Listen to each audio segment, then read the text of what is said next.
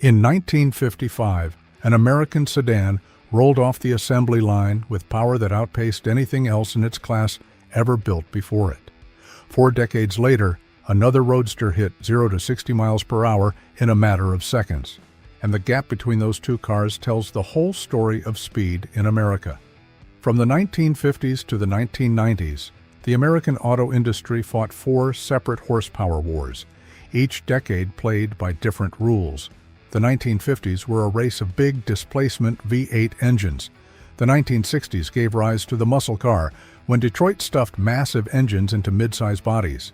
Then came the 1970s, when emissions laws nearly killed the whole thing. And the 1980s, when the turbocharger saved an entire generation. The cars on this list represent the moments American engineers pushed past the technological limits of their era. Some names you'll recognize right away.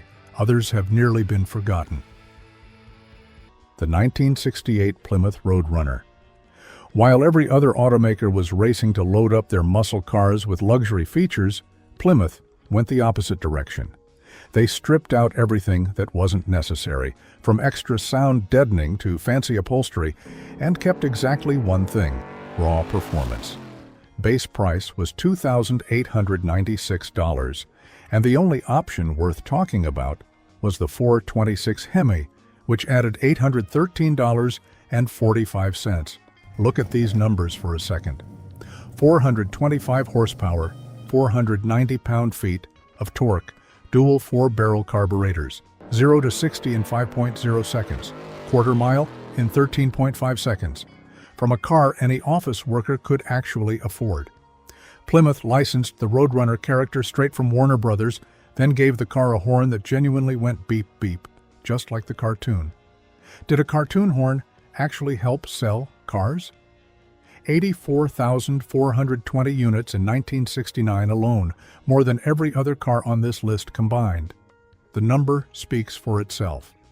The Roadrunner looked cruder and less refined than anything else in its price range, and Plymouth knew it. They weren't hiding that. The whole point of this car was getting the 426 Hemi into the hands of regular working people, the ones who didn't have $7,000 to drop on a Corvette or a Shelby. And it did that better than anything else built that decade.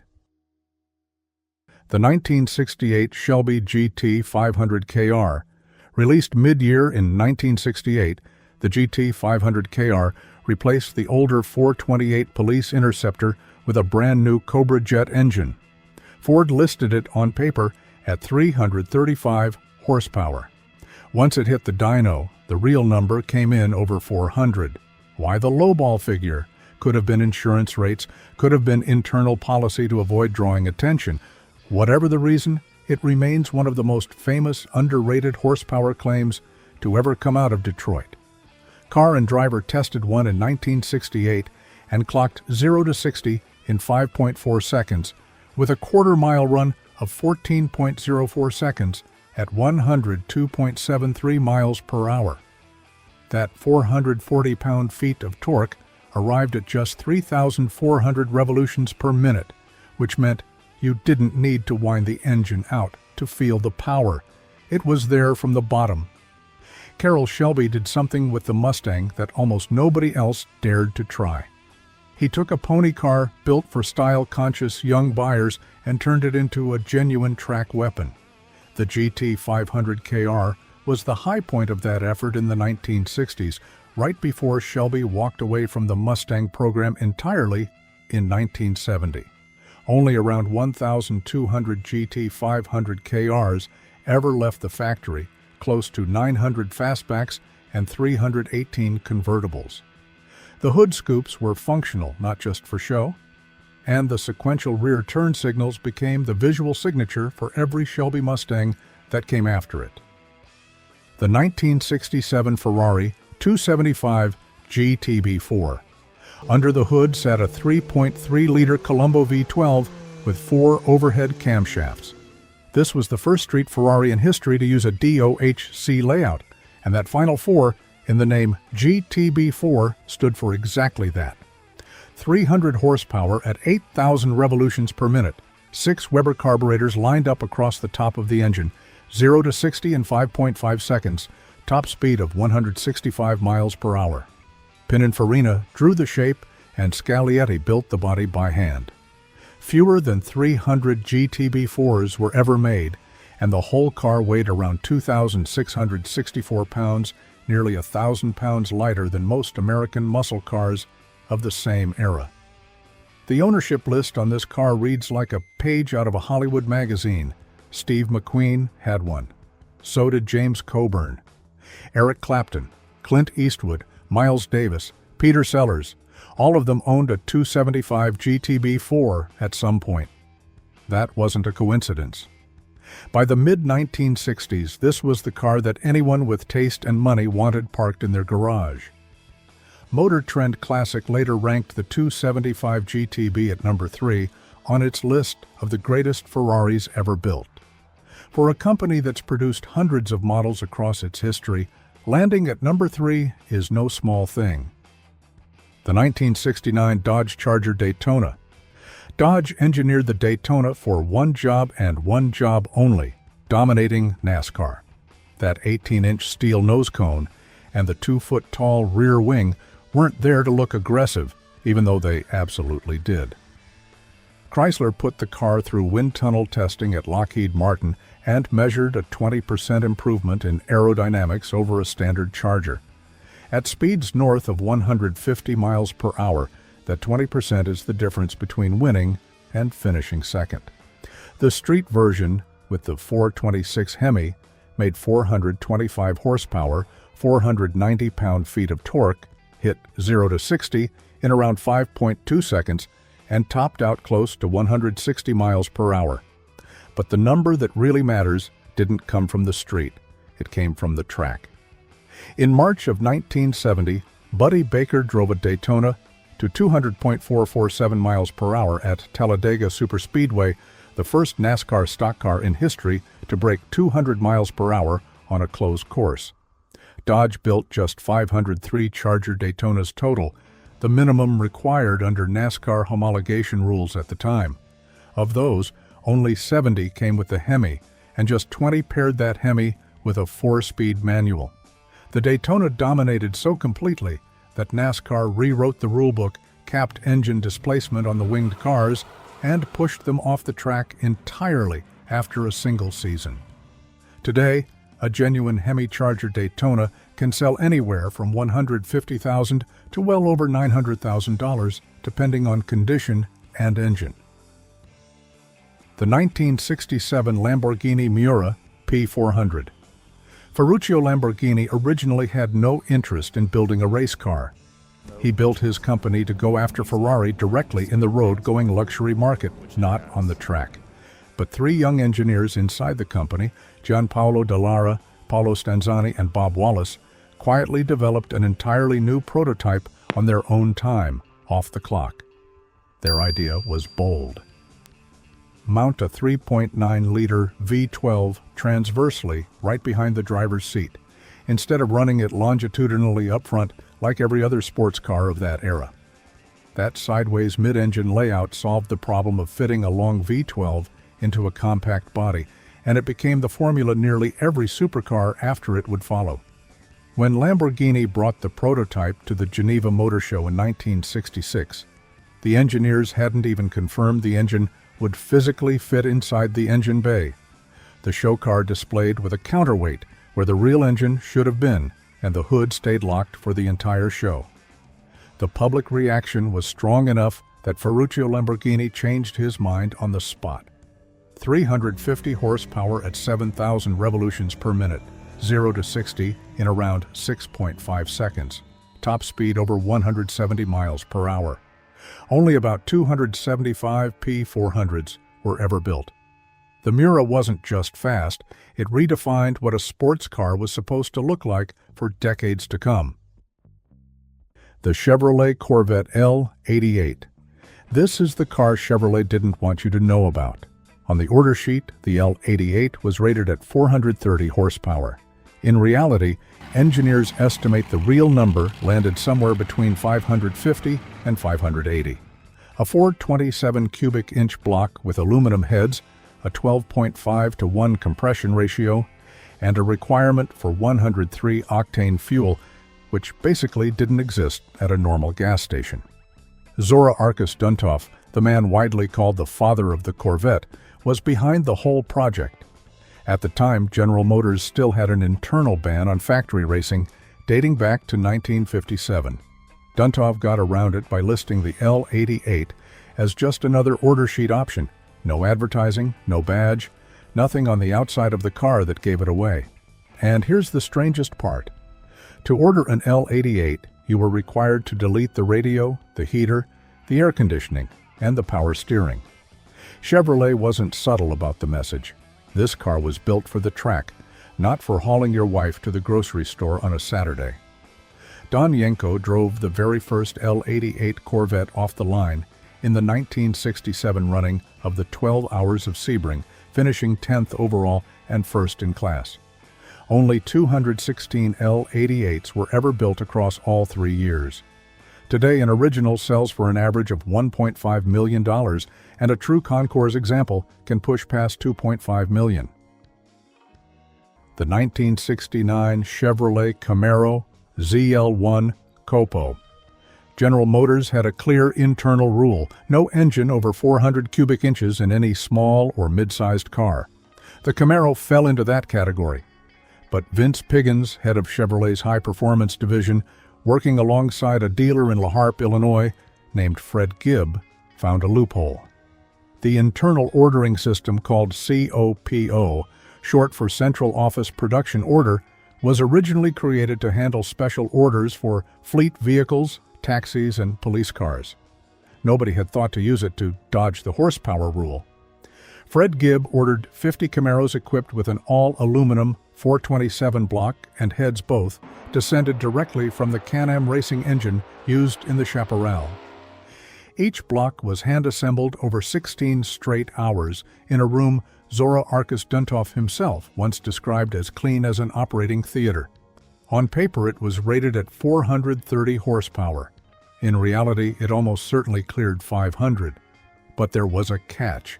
The ZL1 option alone cost $4,160, nearly the price of an entire base Camaro, which pushed the total sticker to around $7,200. Fred Gibb only managed to sell 13 of the 50 he ordered, and the other 37 got shipped back to Chevrolet to be redistributed through other dealers. In total, exactly 69 Camaro ZL1s ever left the factory. Today, an original can cross the block at Barrett-Jackson for well over $1 million. Shelby Cobra 427. Carroll Shelby took the ultra-light aluminum body from AC Cars, a small British manufacturer, and crammed in the most powerful Ford V8 he could get his hands on. The formula sounds simple, but nothing else came close to matching the result for nearly 2 decades afterward. The 427 cubic inch Ford FE under the hood was known as the side oiler, named for an oil passage routed along the left side of the block that prioritized lubricating the front main bearing before reaching the camshaft bearings in back. That design kept the engine running cooler and held up better under sustained high RPM, something none of its American rivals had figured out yet. The whole car weighed only around 2,355 pounds, lighter than most family sedans of the era. Pair that with the 427 and the power-to-weight ratio blew past everything else on this list.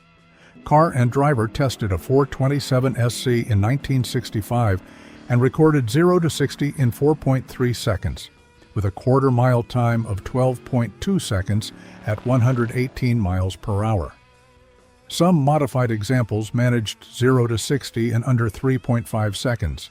Only 260 Cobra 427s were ever built between 1965 and 1966, with a new car selling for around $7,500. Today, an original can start around $1 million and climb as high as $13.75 million for the best surviving examples. The Cobra also holds the dubious honor of being the most replicated car in automotive history, with over 60,000 kit and replica versions built since the mid-1980s. The original held on to its top spot until the Ferrari F40 and Porsche 959 showed up at the very end of the 1980s. 1957 Mercury Monterey M335. If you think the 1957 Mercury lineup was just the turnpike cruiser with its odd rear window and push-button transmission straight out of a science fiction movie, you're missing the more interesting part of the story.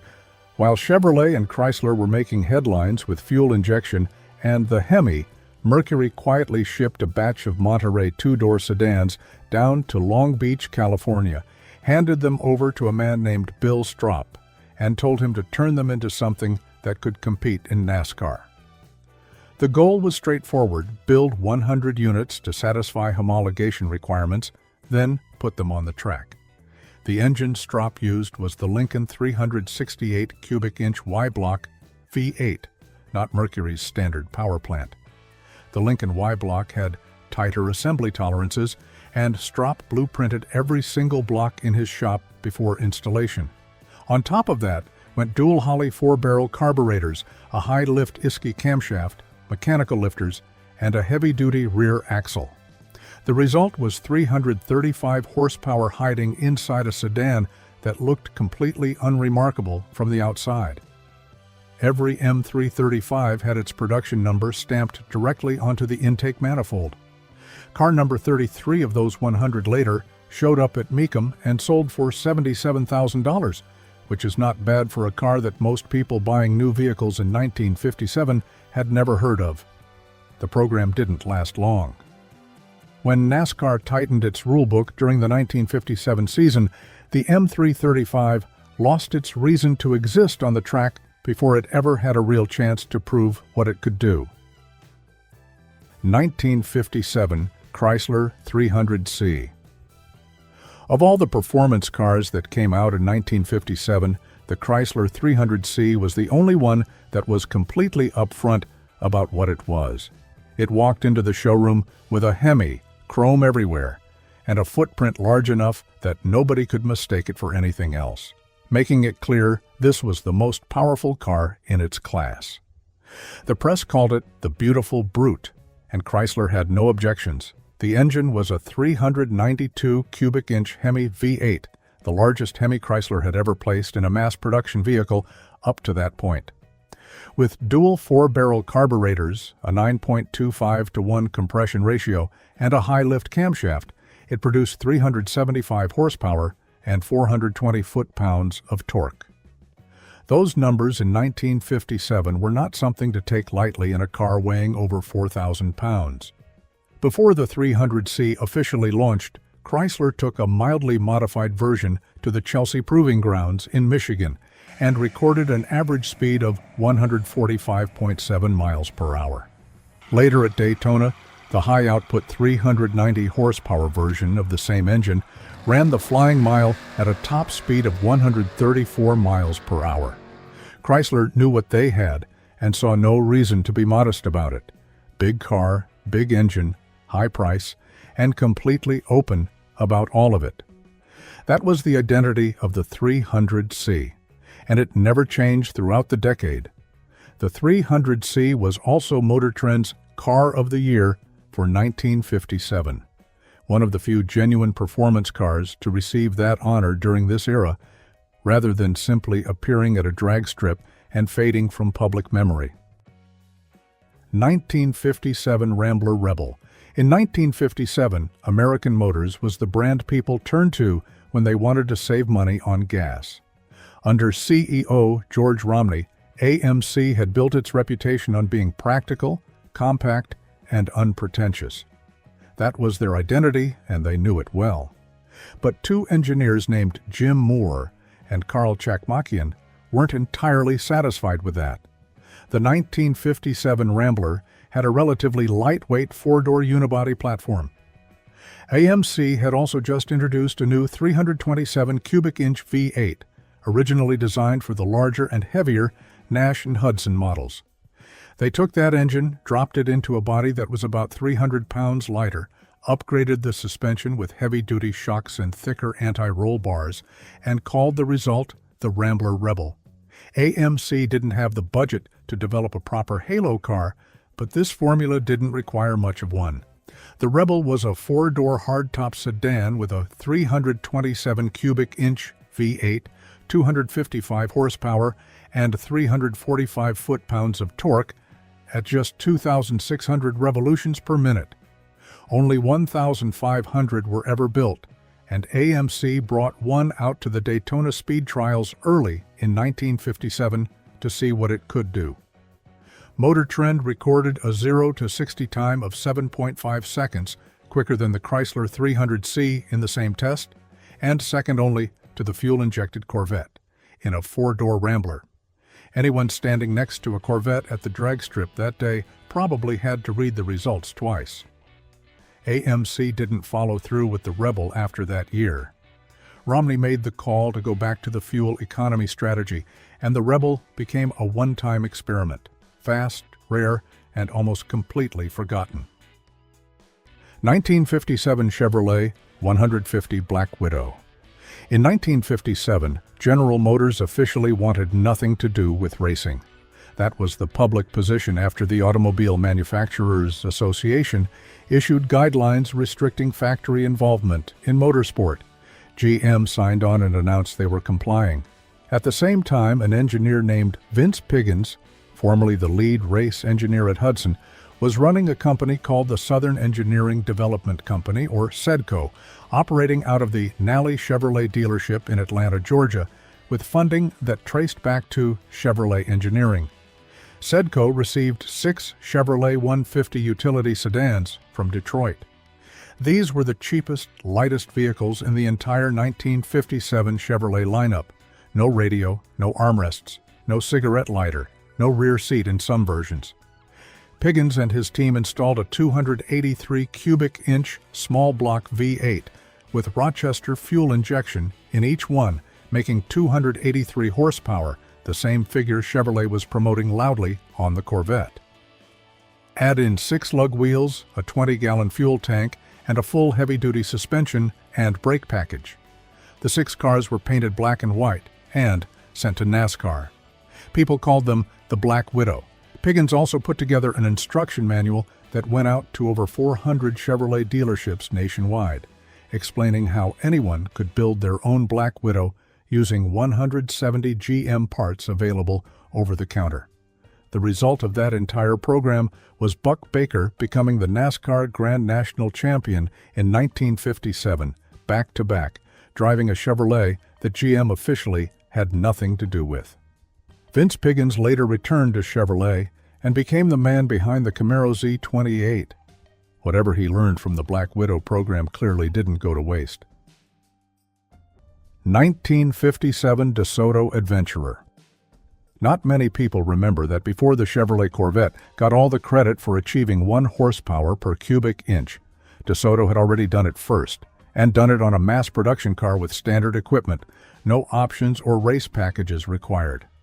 The 1957 DeSoto Adventurer used a 345 cubic inch Hemi V8 with dual 4-barrel carburetors, producing exactly 345 horsepower at 5,200 revolutions per minute. 1 horsepower for every cubic inch, nothing more, nothing less. The National DeSoto Club recognizes this as the first American mass production car to hit that benchmark with a standard power plant. Chrysler missed the PR opportunity entirely and let Chevrolet own that story in the public memory. The Adventurer was also not a car for everyday buyers. Only 1,950 were produced that year, with just 300 of them being convertibles, starting at $4,272, considerably more expensive than a Chevrolet Bel Air in the same year. Virgil Exner's forward-look design on the Adventurer was named the best-styled car in the entire Chrysler lineup for 1957 by Mechanics Illustrated, with tall tail fins, triple tail lamps, and gold accents running throughout. But 1957 was also the last high point for DeSoto. Chrysler Corporation had serious quality control problems that year. Cars were leaving dealerships with water leaks, doors that didn't fit right, and uneven paint. DeSoto's sales dropped 70% the following year, and the brand disappeared entirely in November 1960. The 1957 Adventurer was the peak of that brand, and also the last time the DeSoto name carried enough weight to make people pay attention. 1957 Ford Custom Phase 1 Supercharged. A 1957 Ford Custom two-door sedan looked like nothing from the outside. The lowest trim in the Ford lineup, steel wheels, minimal chrome, a plain interior, the kind of car someone drives to work and parks without anyone looking twice. But Robert McNamara, then general manager of Ford Division, had launched an engine development program in late 1956 with a clear objective: answer Chevrolet's fuel injection on the NASCAR circuit, and that ordinary-looking Custom was the vehicle he chose to carry it. Instead of pursuing fuel injection, Ford went with a supercharger, specifically the McCulloch VR57 centrifugal supercharger bolted onto the 312 cubic inch V8. Street rating was 300 horsepower. The NASCAR race spec version pushed that number to 340 horsepower. The program required 100 units to satisfy homologation. Ford split the production run into 65 Ford Custom two-door sedans, 20 convertibles, and 15 Thunderbirds. All were hand-built. Those custom sedans, the Phase 1 cars, were chosen because they were the lightest, cheapest option in the lineup, and their appearance gave absolutely no suggestion of anything related to a race car, which Ford considered an advantage. But before the program could prove anything on the track, NASCAR tightened its regulations during the 1957 season and banned both superchargers and fuel injection. Ford had built the cars, had the plan, had the drivers, and then everything stopped. Only about 3 Phase 1 custom sedans are confirmed to exist today. 1957 Ford Thunderbird F-Code.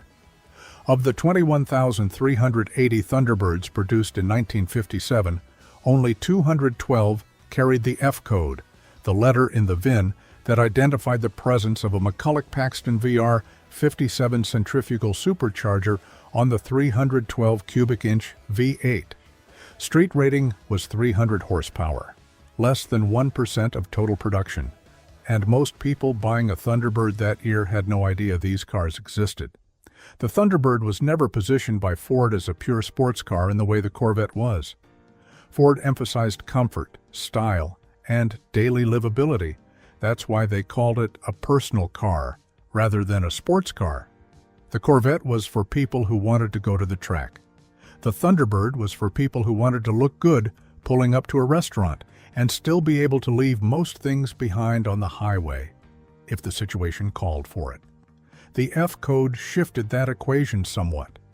The supercharger pushed 300 horsepower into a car that was noticeably lighter and smaller than the 300C, and the result was a Thunderbird that could have a serious conversation with the Corvette about performance while keeping its upscale interior and comfortable two-seat cabin intact.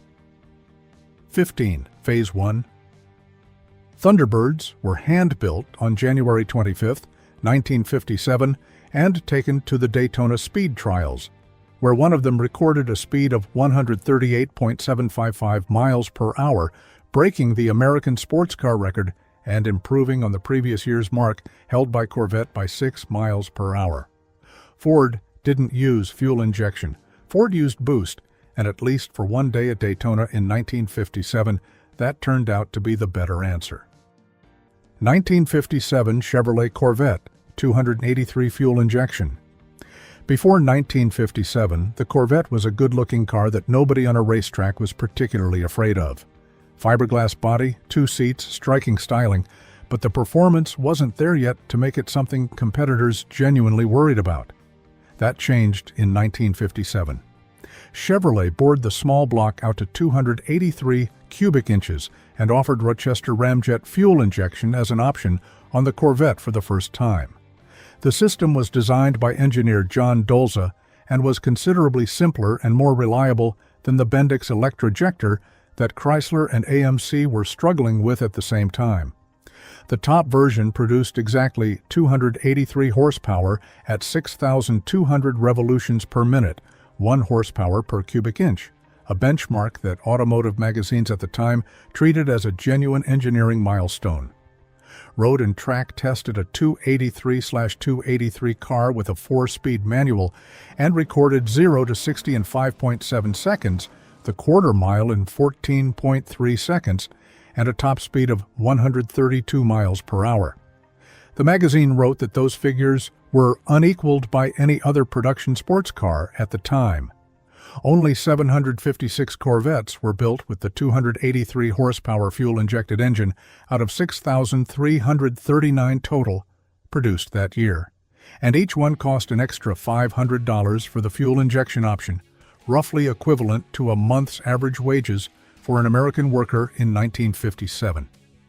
The significance of this car goes beyond the numbers. The Corvette 283 Fuelie is the reason Ford turned to superchargers, the reason Chrysler brought up Chelsea Proving Grounds, the reason AMC quietly hauled the Rebel down to Daytona. When a 2-seat roadster with a fiberglass body starts running 0 to 60 in 5.7 seconds, everything else on this list had to find an answer. Zora Arkus Duntov, the Belgian-born engineer of Russian origin who was responsible for much of the Corvette's development during this period, understood that 1957 was the year the Corvette stopped being a pretty car and started being a genuine threat. He was right. 1970 Chevrolet Chevelle SS454 LS6. The car carried a 454 cubic inch V8 with an 11.25:1 compression ratio, officially rated at 450 horsepower at 5,600 RPM, the highest factory advertised figure in mass-produced muscle car history. Solid lifters and a Holley 800 cubic feet per minute carburetor, so massive it looked like it belonged on a professional race car rather than something you'd drive to the grocery store, plus 500 foot-pounds of torque.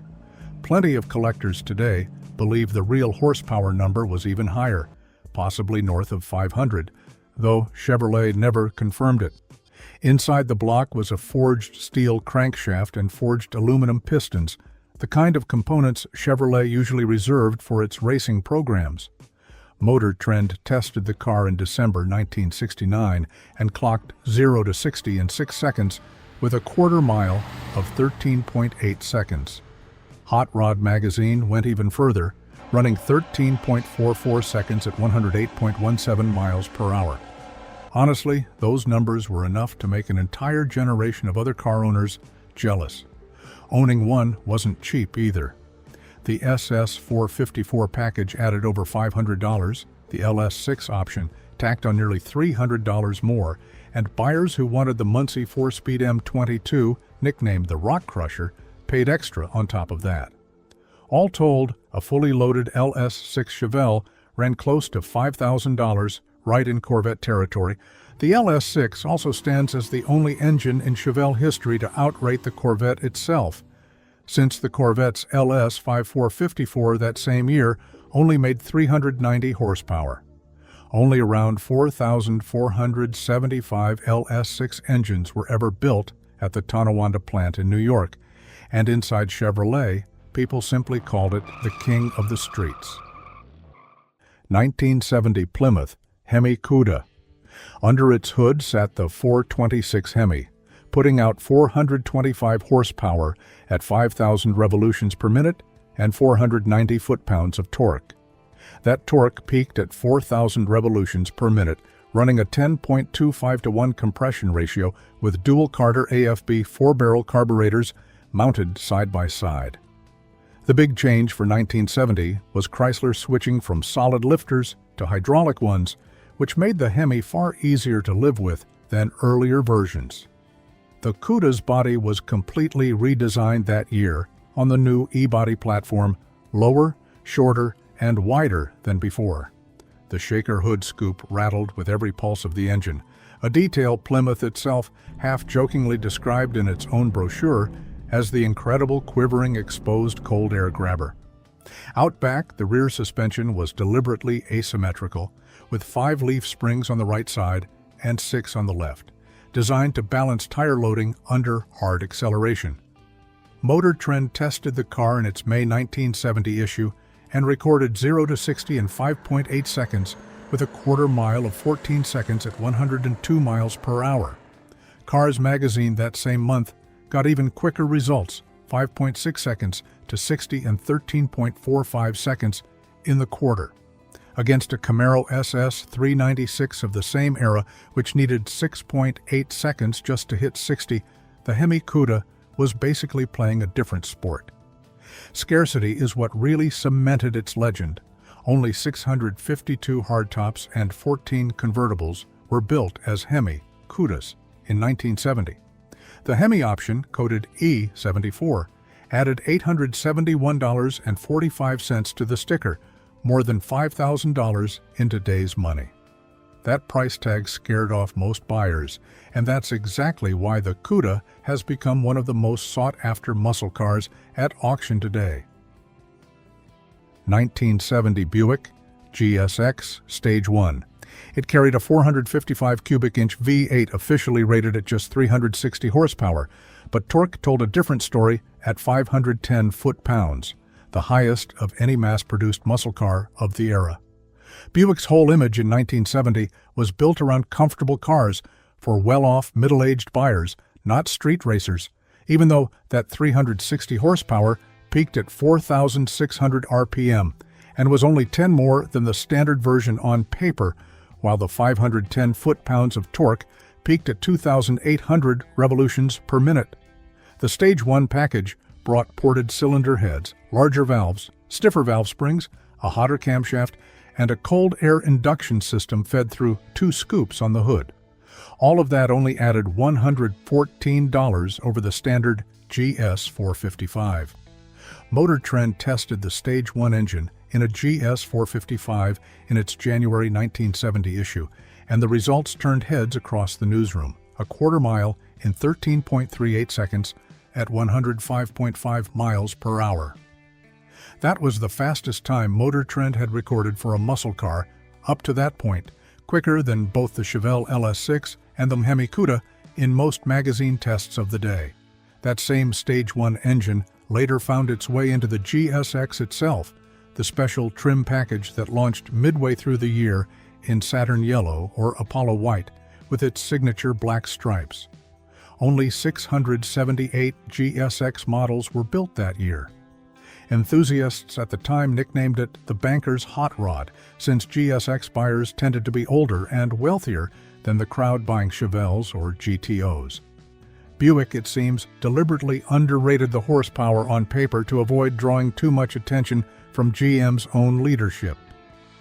1970 Ford Mustang Boss 429. NASCAR required at least 500 race engines to be sold to the public before a manufacturer could compete with them, and Ford exploited exactly that loophole to build it. The rule never said the body and engine had to be assembled together at the factory, so Ford sold the semi-hemispherical 429 engine in a Mustang Mach 1 body while racing it under the skin of a Ford Torino Talladega. That 429 cubic inch V8 with combustion chambers Ford called crescent-shaped, was rated at 375 horsepower at 5,200 revolutions per minute and 450 foot-pounds of torque. Plenty of collectors believe the real output topped 500 horsepower. The dry deck cooling system kept coolant separated between the block and heads, with each cylinder individually sealed by its own O-ring, an engineering detail rarely seen on a mass production car of that era. These cars weren't built on Ford's main assembly line at all, but at the Carcraft facility in Brighton, Michigan. The shock towers had to be cut and relocated just to fit the massive engine into a bay never designed for it. Every Boss 429 carried its own Carcraft serial number, running from KK1201 all the way to KK2558. Car Life tested one with the 4-speed manual and a 3.91-to-1 rear axle, recording 0 to 60 in 7.1 seconds and a quarter mile of 14.09 seconds at 102.85 miles per hour.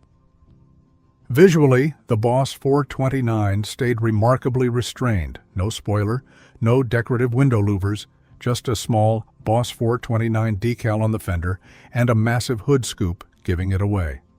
Only 1,359 Boss 429s were ever built across both 1969 and 1970 combined, making it one of the rarest Mustangs ever produced.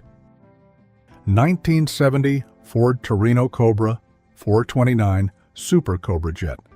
It carried a 429 cubic inch V8 rated at 370 horsepower, built around a 4-bolt main block and solid lifters. That 370 horsepower figure applied to both the standard Cobra Jet and the upgraded Super Cobra Jet, but the SCJ was tougher on the inside thanks to forged aluminum pistons and its own dedicated oil cooler. Buyers who added the drag pack option could get a 3.91 or even a 4.30 rear axle with a Detroit locker for as little as $155 to $207 extra. The Torino's body was also completely redesigned for 1970, longer, lower, and far more aerodynamic than the previous generation, a shape that proved extremely effective once Ford took it racing in NASCAR. The name Torino, if you're curious, came from the city of Turin in Italy, often called the Detroit of Italy, for its own deep automotive history. Motor Trend tested a Torino Cobra 429 CJ paired with a C6 automatic and a 3.50 rear axle, recording 0 to 60 in 6 seconds and a quarter mile of 14.5 seconds at 100 miles per hour. With the SCJ drag pack, other tests brought the 0 to 60 time down to 5.8 seconds. Ford only sold 7,675 Torino Cobras in 1970, a modest slice of the total Torino production. The hardware inside the SCJ was nearly on par with the Boss 429, just wrapped in a heavier midsize body. 1970 Dodge Challenger RT 446 pack. It ran 3 two-barrel Holley carburetors lined up in a row, producing 390 horsepower and 490 foot-pounds of torque at 3,200 revolutions per minute. Chrysler took 6 years to build a real pony car, arriving well behind the Mustang, and once the Challenger finally showed up, the company made up for lost time by stuffing nearly every engine it had into the lineup. Enthusiasts simply called that triple carburetor setup the six-pack. The standard transmission was a TorqueFlite automatic, though buyers could also spec a 4-speed manual with a Hurst pistol grip shifter and a Dana 60 rear axle. The Challenger shared its E-body platform with the Plymouth Barracuda, but rode on a wheelbase 2 inches longer to make room for rear seat passengers. Curb weight came in around 3,670 pounds. CarLife once tested a 446 pack and recorded 0 to 60 in 7.7 seconds with a quarter mile of 14.64 seconds at 97.82 miles per hour, though the magazine noted their test car had a few minor mechanical issues that day. A well-sorted example, other estimates suggest, could run 0 to 60 in under 6 seconds with a quarter mile around 13.8 seconds. What made the 446 pack so appealing was the price. The Hemi option added a steep $778, while the 446 pack delivered nearly comparable performance for roughly a third of that cost. Road Test once described it as perfectly docile at normal speeds, right up until the driver buried the throttle and the whole car lunged forward like it had just been cut loose. The trade-off was no available air conditioning with this engine, and several period writers complained about front-end heaviness and underwhelming brakes. 1970 Oldsmobile 442W30. When GM lifted its displacement cap in 1970, Oldsmobile made the 455 cubic inch Rocket V8 standard equipment on it, and the W30 package pushed the advertised output to 370 horsepower. Torque hit 500 foot-pounds, and plenty of sources in the collector world believe the real horsepower figure sat closer to 410 or 420 than the advertised number. The W30 package added a fiberglass hood with functional air scoops, an aluminum intake manifold, a performance camshaft, and its own specially tuned cylinder heads and carburetor. Oldsmobile isn't the first name that comes to mind when you think muscle car, and that's probably exactly why the 442W30 doesn't get the credit it deserves. Oldsmobile's advertising that year even leaned on a comic character called Dr. Oldsmobile to introduce the car, with a tagline essentially claiming it was the largest V8 ever bolted into a mass-produced performance car. Motor Trend tested it and recorded a quarter mile of 14.2 seconds at 102 miles per hour, though the magazine noted that Oldsmobile's own engineers managed 13.7 seconds on that exact test car after retuning it. Speed and Supercar, in its May 1970 issue, clocked 0 to 60 in 7.5 seconds with a quarter mile of 14.30 seconds at 98 miles per hour.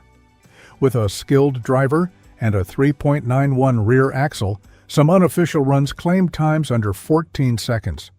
Around 1,032 W30 examples were built in 1970, and the 442 itself served as the pace car at that year's Indianapolis 500. Buyers of the W30 442 tended to be older and wealthier than typical muscle car customers, people who wanted both speed and refinement. Speed and Supercar once noted it wasn't the fastest thing on the strip, but it was one of the most complete supercar packages they drove all year, thanks to its handling and build quality. 1973 Pontiac Firebird Trans Am S D455. It was built using leftover components from Pontiac's own 366 cubic inch NASCAR engine program, initially rated at 310 net horsepower. That block featured a 4-bolt main design, provisions for a dry sump oiling system, and forged TRW aluminum pistons. At 4,000 RPM, most cars that actually left the factory made closer to 290 horsepower due to a milder camshaft than the initial rating suggested. Compression was dropped to 8.4 to 1, so the engine could run on standard 91 octane fuel, a concession forced by tightening emissions rules. By 1973, everything had changed from just 3 years earlier. Dodge and Plymouth had cut their strongest engines down to a 340 cubic inch unit, making just 245 horsepower. The Corvette 454 dropped below 300 horsepower under the new net rating system. Nearly every manufacturer had walked away from the performance game. Nearly every manufacturer, except one. Car and Driver, in its May 1973 issue, tested the SD455 Trans Am with a TH400 automatic and a 3.42 rear axle, recording 0 to 60 in 5.4 seconds and a quarter mile of 13.8 seconds at 103.6 miles per hour. That was a full second quicker than the Corvette LS 4454 that same year, a gap nobody in Detroit saw coming. On March 15, 1973, Pontiac's leadership formally approved the SD455 for production, right as General Motors as a whole was tightening the screws on high-performance vehicles. Engineer Herb Adams, along with Skip McCulley and Tom Nell, led the design. Only 252 SD455 Trans Ams were built that year, carrying a $521 premium over the standard 455 HO engine. Many automotive historians consider the SD455 the quickest American production car, built from 1973 all the way through the late 1980s. Today, a genuine Trans Am SD455 can fetch close to $250,000 at auction. DeSoto Fire Dome. DeSoto was always the forgotten middle child of the Chrysler family, wedged between the cheap Plymouths and the fancy Chryslers. In 1954, the brand built its own Hemi engine, completely separate from the company's famous firepower.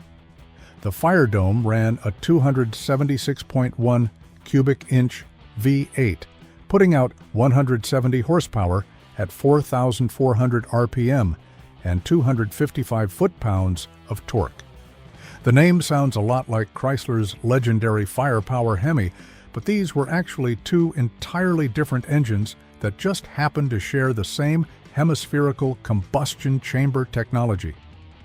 Fire Dome buyers had 3 transmission choices: a standard 3-speed manual, a manual with overdrive, or an extra $189 for PowerFlight Chrysler's brand new 2-speed automatic.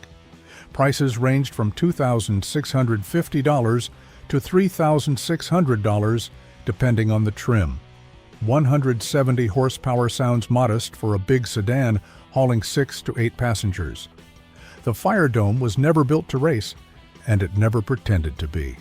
But that number was still enough to land it in the top 10 fastest of 1954, a year when fast was a fairly low bar to clear. Packard Pacific. Packard came into 1954 with the biggest engine on the entire American market, a flathead straight 8, displacing 359 cubic inches and putting out 212 horsepower at 4,000 revolutions per minute. On paper, that number beat almost everyone. This was also Packard's last year running a straight 8 before switching over to an OHV V8 in 1955. That engine powered the Pacific, the brand's top hardtop coupe that year, running 9 main bearings, a Carter 4-barrel carburetor, and an 8.7-to-1 compression ratio, unusually high for a flathead design. Here's where the trouble starts. Flathead architecture was 1930s technology, and by 1954, nearly the entire industry had already moved to overhead valves. With the valves buried inside the block instead of up in the head, the engine struggled to breathe at higher RPM, no matter how good the horsepower figure looked on paper. The car wasn't light either, tipping the scales around 4,040 pounds. So even though 212 horsepower read great in the brochure, the Pacific's real-world acceleration is generally estimated to have trailed well behind rivals running OHV V8s of similar output. Packard wouldn't fully catch up to the competition until a year later. Nash Healey Le Mans Coupe. Sitting in a lineup full of full-size sedans, one name here doesn't belong at all. The Nash Healey, the only 2-seat sports car on this list. The story starts on a transatlantic ocean liner where the CEO of Nash Kelvinator happened to strike up a conversation with British engineer Donald Healey. What came out of that chat was a rare 3-country collaboration. Chassis and engine from Nash, built in Kenosha, Wisconsin, bodywork originally developed by Healey in England, then later reworked into a Pininfarina design out of Turin, Italy.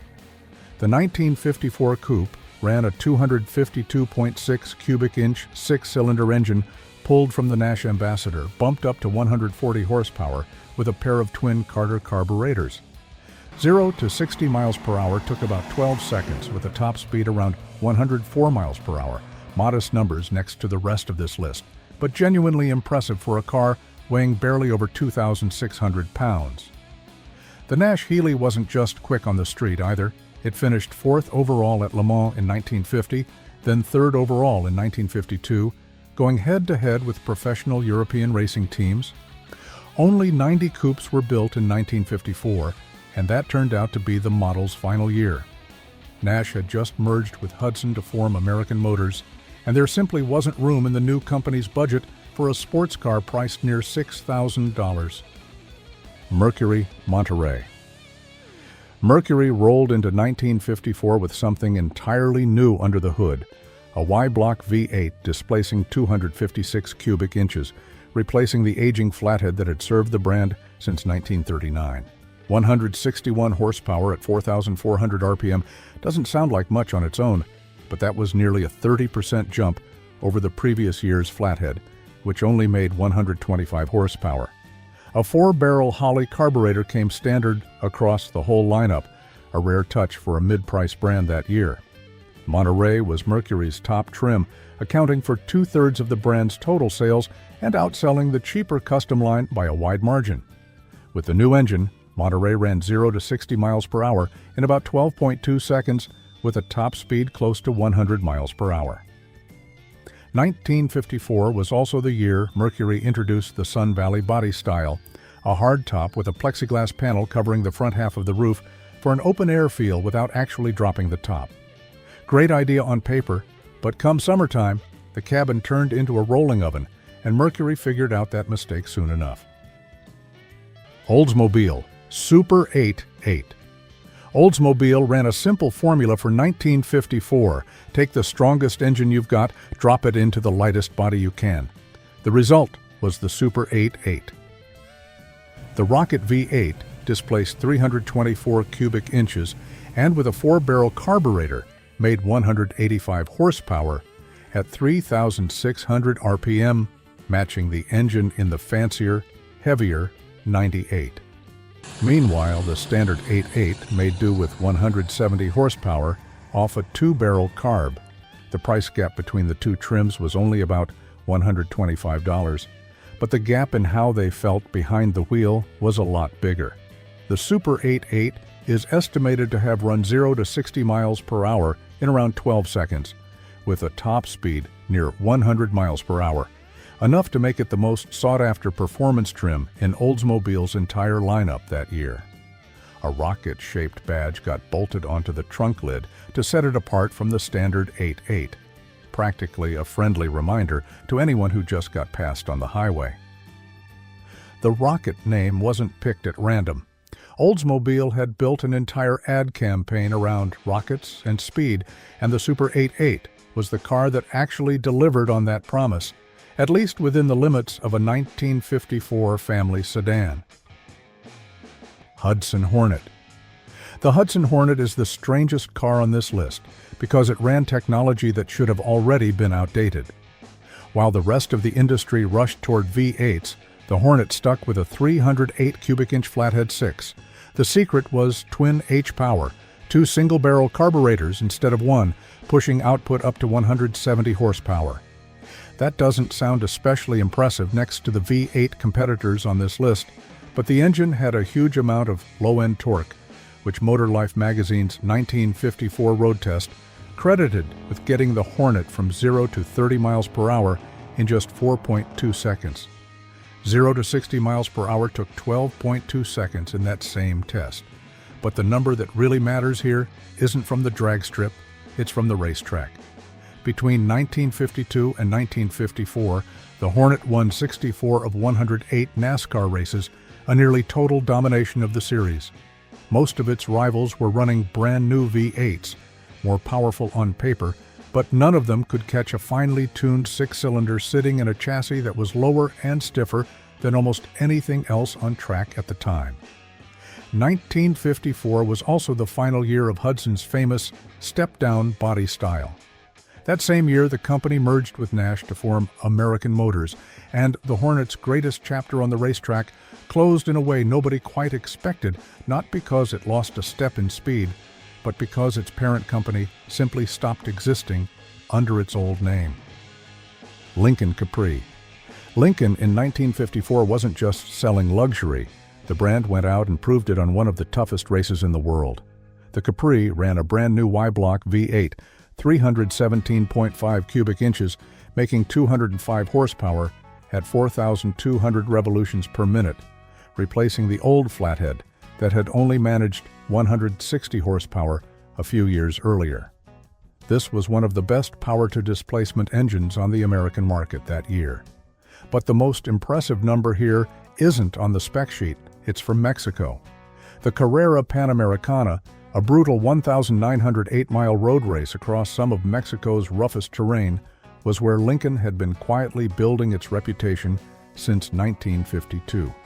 In 1954, the Capri finished first and second in the stock car class, completing the entire race at an average speed of 92.22 miles per hour over 20 hours and 40 minutes straight. These racing Capris were essentially stock cars, only reinforced with extra shocks, a 4-inch lift in the rear, and tubeless tires filled with nitrogen to hold pressure steady on rough roads. No power steering, no power brakes, just the engine and a driver brave enough to hang on. Today, classic car collectors call this whole model the Road Race Lincoln, a rare nickname for a luxury sedan that was never marketed as a race car to begin with. Buick Century. The Buick Century came back in 1954 after more than a decade off the market, carrying a formula simple enough to feel almost like cheating. Take the engine out of the upscale Roadmaster, drop it into the lighter body of the cheaper Special. The Nailhead V8 displaced 322 cubic inches and made 200 horsepower, and since the body was over 400 pounds lighter than a Roadmaster, That power translated into acceleration no other Buick could match. That's exactly where the banker's hot rod nickname came from, a car respectable enough to park outside the bank, but quick enough to make the guy in the next lane look twice. Nearly 82,000 Centuries were sold in 1954, making up about 18% of Buick's total production, an impressive number for a nameplate that had just returned to the lineup.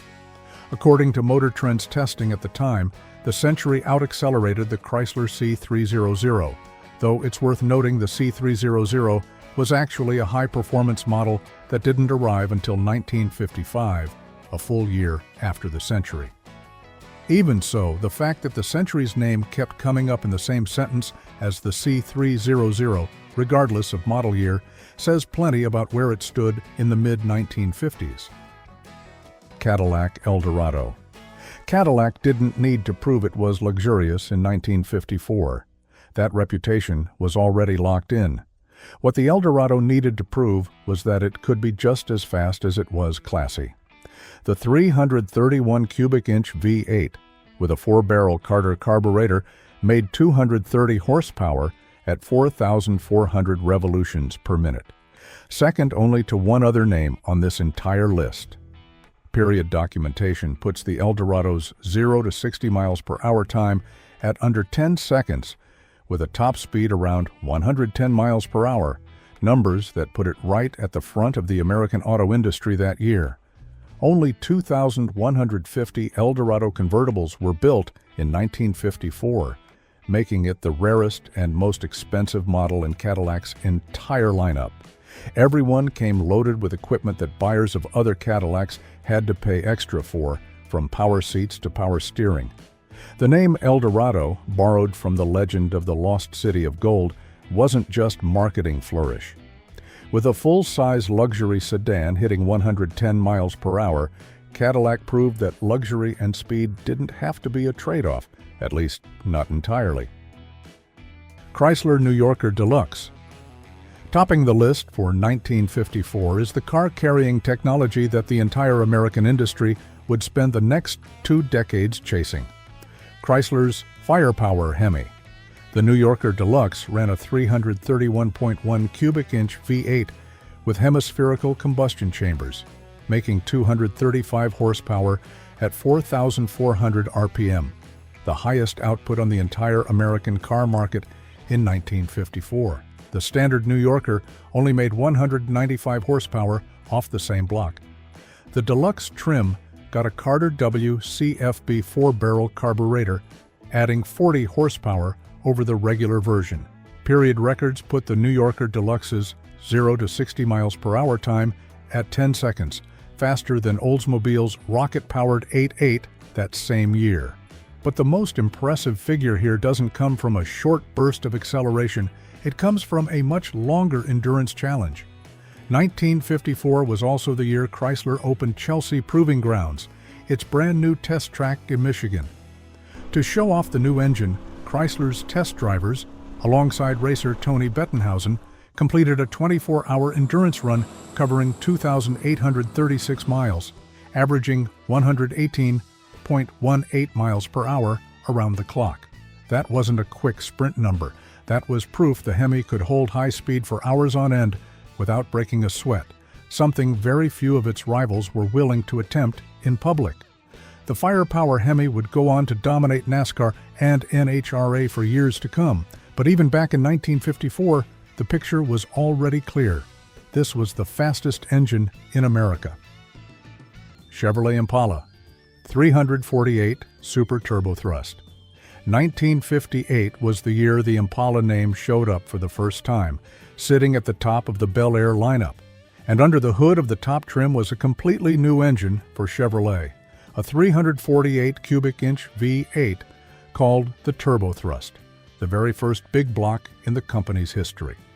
The top spec version ran 3 2-barrel carburetors and mechanical lifters, good for 315 horsepower.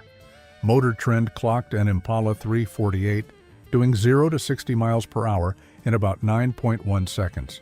Not bad, but nothing to write home about, especially once you get to know the names still coming up on this list. The 348 was originally engineered for medium-duty trucks before it got dropped into Chevrolet's heavier 1958 passenger cars. It was tough, it ran smooth, but it was never really built to be a performance engine. And here's the interesting part. The fastest Chevrolet of 1958 wasn't this loud big block at all. It was a much smaller engine, and that one's coming up at number 1. As for the 348, it had a different kind of future ahead of it. Within a few years, this same platform would evolve into the legendary 409, the engine that got its own hit song in the 1960s. Oldsmobile Super 88 J2. Oldsmobile went into 1958 with a 371 cubic inch rocket V8, and with the optional J2 package, they bolted on 3 two-barrel carburetors. Compression ratio was 10:1, output was 312 horsepower. Motor Trend tested a 98, fitted with the J2 package in March of 1958, recording 0 to 60 miles per hour in 8.6 seconds and a quarter-mile time of 17.1 seconds at 88 miles per hour. The Super 88 was a bit lighter than the fully loaded 98, so real-world numbers might have been even quicker. But the J2 package had a problem. Those 3 carburetors worked on an all-or-nothing basis. The 2 outer ones only opened up when you put your foot all the way down. And most Oldsmobile owners, who tended to drive pretty gently, almost never used them. They'd sit there, gum up with old fuel, and eventually fail. A lot of dealers at the time actually steered customers away from the J2 unless they planned on driving it hard. The result was a package that lasted exactly 2 years, 1957 and 1958, before it quietly disappeared from Oldsmobile's catalog. Dodge Super D500. Dodge had its own answer to the 1958 horsepower race, and it was called the Super D500. Under the hood sat a 361 cubic inch B-Series V8 with dual 4-barrel carburetors, putting out somewhere between 320 and 325 horsepower depending on the source, along with 400 pound-feet of torque. A rarer version used Bendix Electrojector electronic fuel injection for around 333 horsepower, but only about 12 of those were built before they were all recalled and converted back to carburetors due to technical issues. This wasn't some bolt-on option package. The Super D500 came with heavy-duty suspension, bigger brakes, and a larger exhaust system, the kind of car that was engineered from the ground up to perform. Here's the catch, though. The Super D500 is so rare that no official 0 to 60 road test from the era has survived. Based on the specs and the power-to-weight ratio, a reasonable estimate puts 0 to 60 somewhere in the low 8-second range, right around the much heavier Chrysler 300D we're getting to next. But that's an estimate, not a number pulled off a stopwatch, and it's worth being upfront about that. Today, it's believed only around 11 Super D500 convertibles still exist anywhere in the world. The D500 name itself had a serious pedigree. The 1956 version alone set or broke 306 different speed records. Chrysler 300D. If you had to pick one car to represent all of 1958, most people would land on this one. The Chrysler 300D ran a 392 cubic inch firepower Hemi with dual 4-barrel carburetors rated at 380 horsepower and 435 pound-feet of torque. A rarer fuel-injected version using the Bendix Electrojector system pushed that to 390 horsepower, but only about 35 were built, and most of those also got recalled over reliability issues. Road and Track tested a 300D convertible weighing 4,920 pounds back in April of 1958. Quarter mile came in at 16 seconds, and 0 to 60 miles per hour was recorded as just over 8 seconds. This is the most powerful car on the entire list, and yet it only lands at number 5. The 300D was never built to be a stoplight sprinter. This was a full-size luxury grand tourer, engineered for top speed and long-distance cruising rather than the first 7 seconds off the line. A 300D once hit 156.387 miles per hour out on the Bonneville Salt Flats in 1958, setting a class record. At high speed, Almost nothing else built in America that year could keep up. But in a straight sprint from a stop, lighter cars with better power-to-weight ratios simply had the edge. Production numbers for the 300D also reflected the recession. Just 618 hardtops and 191 convertibles rolled off the line that year. Studebaker Golden Hawk. While the Big Three kept throwing bigger and bigger V8s at the problem, Studebaker took a different approach. The Golden Hawk ran a 289 cubic inch V8, but instead of adding displacement, they bolted on a McCulloch supercharger driven by a belt. The result was 275 horsepower out of an engine much smaller than anything the competition was running. Multiple sources from the era agree on the numbers: 0 to 60 miles per hour in around 7.8 seconds, with a top speed close to 125 miles per hour. For a small independent automaker fighting to survive against the giants, that's a genuinely impressive result. There's one more technical detail worth mentioning here. The supercharged 289 was roughly 180 pounds lighter than the Packard 352 that Studebaker had used back in 1956. Less weight up front meant a better power-to-weight ratio, and that's exactly what let the Golden Hawk hang with Detroit's heavier big blocks. 1958 also turned out to be the last year for this supercharged version.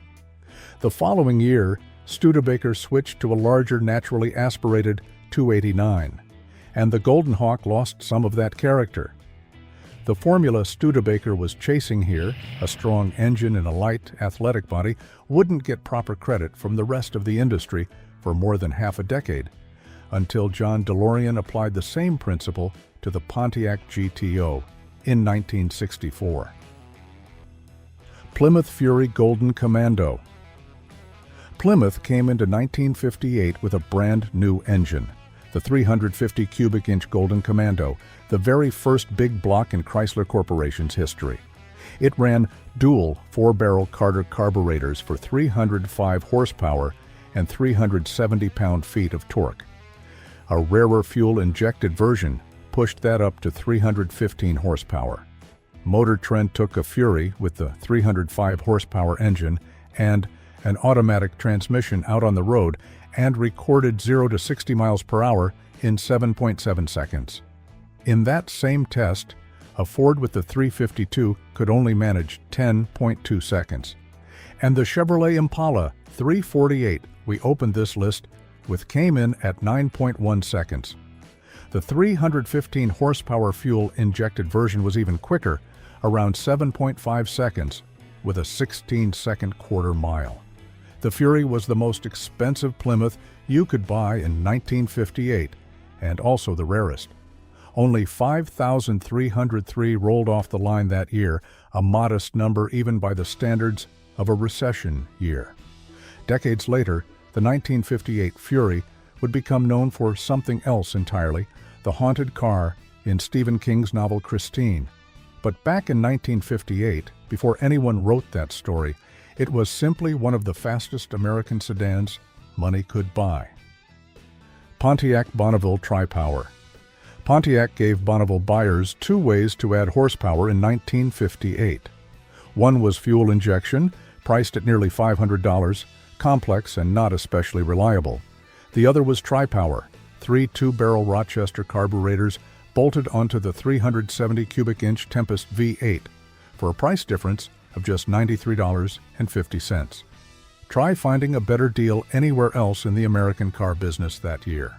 With a 10.5 to 1 compression ratio and a hotter camshaft, Tri-Power made 300 horsepower. Hot Rod Magazine tested a Bonneville sedan with the package and recorded 0 to 60 miles per hour in 7.6 seconds, nearly matching the fuel-injected version that cost 5 times as much. 1958 was also the year Bonneville broke off as its own model line, no longer just a dressed-up star chief. And in that very first year, the Pontiac Bonneville got picked as the pace car for the Indianapolis 500, an honor most automakers never get on their first try. Mechanics Illustrated hit 125 miles per hour in a 285 horsepower Bonneville, proof this car wasn't just quick off the line, it held its speed all the way up the range. 1. Chevrolet Corvette, 283 fuel injection.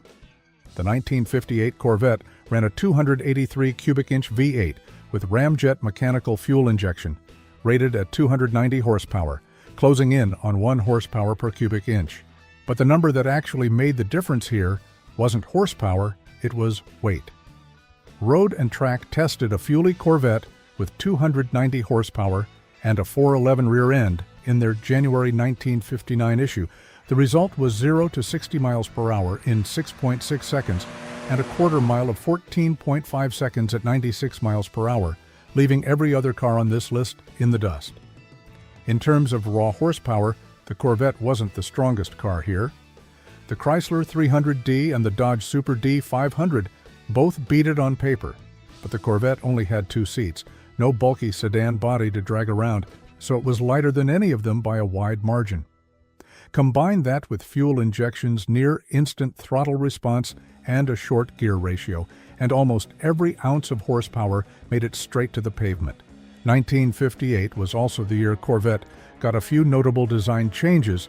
The body stretched 9 inches longer, and the gauge cluster got pulled together right in front of the driver instead of scattered across the dash. Those small details, honestly, showed just how serious Chevrolet was about this 2-seat sports car. Fuel injection in 1958 was still technology most of Detroit wasn't willing to gamble on. Chevrolet did, and the rest of the country spent years trying to catch up. 1955 Ford Thunderbird. On February 20, 1954, Ford unveiled the Thunderbird at the Detroit Auto Show. The first car rolled off the production line on September 9th of that year, and it went on sale to the public in October as a 1955 model. In the first 10 days alone, more than 3,500 orders came in. Ford had projected sales of around 10,000 units for the first year. The final number was 16,155, while Chevrolet managed to sell just 674 Corvettes that same year. Under the hood was a Y-block V8 displacing 292 cubic inches, rated at 193 horsepower with the manual transmission, or 198 horsepower paired with the Ford-O-Matic automatic. That was enough to get the car to 60 miles per hour in roughly 8.9 seconds with a top speed of around 112 miles per hour. For an American family car in 1955, those were genuinely impressive numbers. But the T-Bird's appeal never came down to straight-line speed alone. Ford didn't call it a sports car, they called it a personal car of distinction. The Corvette at the time still had that stripped-down race car feel to it, while the T-Bird showed up with leather seating, optional air conditioning, and enough comfort for 2 people to actually enjoy a long drive. The starting price was $2,695, just enough to make middle-class Americans think twice and then say yes. Ford converted the Thunderbird to a 4-seater starting in 1958. And the original 2-seat version from 1955 through 1957 remains one of the most sought-after collector cars of the entire decade. 1955 Chevrolet Bel Air. That same year, Chevrolet pulled off something that nobody in Detroit saw coming. They dropped one of the most important engines in American automotive history into a perfectly ordinary family car and sold the whole package for under $2,000. The car was the Bel Air, and the engine was the small block V8, displacing 265 cubic inches. A completely new design that was lighter, more efficient, and powerful enough to open up an entirely different era for Chevrolet. Engineer Ed Cole was the man behind it, spending months convincing GM's leadership to sign off before he finally got the green light. The base version put out 162 horsepower with a 2-barrel carburetor. The Power Pack option with a 4-barrel carburetor pushed that up to 180 horsepower, and by the end of the year, the Super Power Pack took it to 195. Popular Mechanics clocked the base V8 version at 12.9 seconds to 60 miles per hour, but the Power Pack trim cut that down to somewhere between 8 and 8.5 seconds with a quarter-mile time of 16.9 seconds. Before 1955, getting that kind of performance out of a car meant either spending serious money on something upscale or building it yourself from scratch. The Bel Air was the first time an ordinary American could walk into a dealership, pay an ordinary price, and drive home in something that was genuinely quick. Motor Trend handed the Bel Air its highest marks for ride and handling that year. GM ran ads calling it the hot one, and the buying public agreed without hesitation. Chevrolet moved 770,955 Bel Airs in 1955, making it the top-selling car brand in America that year. The 265 small block that powered the Bel Air became the foundation for dozens of Chevrolet 5.8 generations that followed. 70 years later, that same basic architecture is still being developed and refined. Very few engines in the history of the automobile can say the same thing. 1956 DeSoto Adventurer. Most Americans today hear the name DeSoto and have to stop for a second to remember what it even was. DeSoto wasn't a submodel or a trim level under Chrysler. It was a completely independent brand within the Chrysler Corporation, operating from 1928 all the way to 1961 with its own dealer network and its own full lineup. And in 1956, DeSoto built one of the most overlooked high-performance cars of the entire decade. That car was the Adventurer, sometimes called the Golden Adventurer, because of all the gold trim running across the exterior. It came in just two colors, black or white, each one paired with a gold side sweep and gold hubcaps. This was a car that didn't need to announce itself out loud because the way it looked did all the talking. Under the hood was a Hemi Fiv 8 displacing 341 cubic inches, fed by dual 4-barrel Carter carburetors with a 9.25-to-1 compression ratio and a specially upgraded camshaft built specifically for this version. The factory rated it at 320 horsepower at 5,200 revolutions per minute, a number DeSoto openly admitted was on the conservative side. It ran 0 to 60 in around 8.5 seconds, and its top speed was confirmed at 137 miles per hour during Daytona Speed Weeks and 144 miles per hour at the Chrysler Proving Grounds. On July 4, 1956, an Adventurer also competed at the Pikes Peak Hill Climb, which made it pretty clear that DeSoto didn't build this car just to look good in a showroom. Standard equipment included power steering, power brakes, a power seat, and power windows, all of it wrapped up in just 996 units produced that year. DeSoto was shut down entirely in 1961 when Chrysler started cutting brands during the economic downturn, and the name Adventurer faded into obscurity along with it. 1956 Packard Caribbean. There was a time when the name Packard meant something very specific in America. Back in the 1920s and 1930s, pulling up in a Packard told people everything they needed to know about who you were without saying a single word. But by the mid-1950s, the brand that had once been called the Rolls-Royce of America was losing ground fast against the Big Three, and the 1956 Caribbean was Packard's last real attempt to prove they still belonged in the fight. A 374 cubic inch V8 with dual 4-barrel Rochester carburetors and a 10-to-1 compression ratio made 310 horsepower, the highest output figure of any American production car that year, coming from a company that had only introduced its first V8 the year before. Cadillac had been running V8s since 1949, Chrysler since 1951, and Packard came to the party later than everyone else. But when their engine finally showed up, nobody in the room was making more power. Top speed cleared 125 miles per hour, and the quarter mile ran under 16 seconds. Push button. Twin Ultramatic automatic transmission was standard on the Caribbean. The seats were reversible, leather on one side and brocade fabric on the other, so the owner could flip them depending on the occasion. The sticker price was $5,995, roughly equivalent to around $70,000 today. Only 539 units were built, split between 276 convertibles and 263 hardtops. Packard had merged with Studebaker back in 1954, hoping the two companies could save each other. Instead, the partnership dragged both of them down at the same time. Packard was gone entirely by 1958, and with that, America lost one of the most storied names its automotive industry had ever produced. The 1956 Caribbean was the final bow of an empire that had once been untouchable, and a clean original example today will regularly clear $180,000 at auction. 1957 Rambler Rebel. American Motors Corporation was the smallest player in the American Big Four at the time, known almost entirely for building small, practical, fuel-efficient cars for people who didn't want to spend much money. In December of 1956, they showed up with something nobody in the industry expected from them, the Rambler Rebel.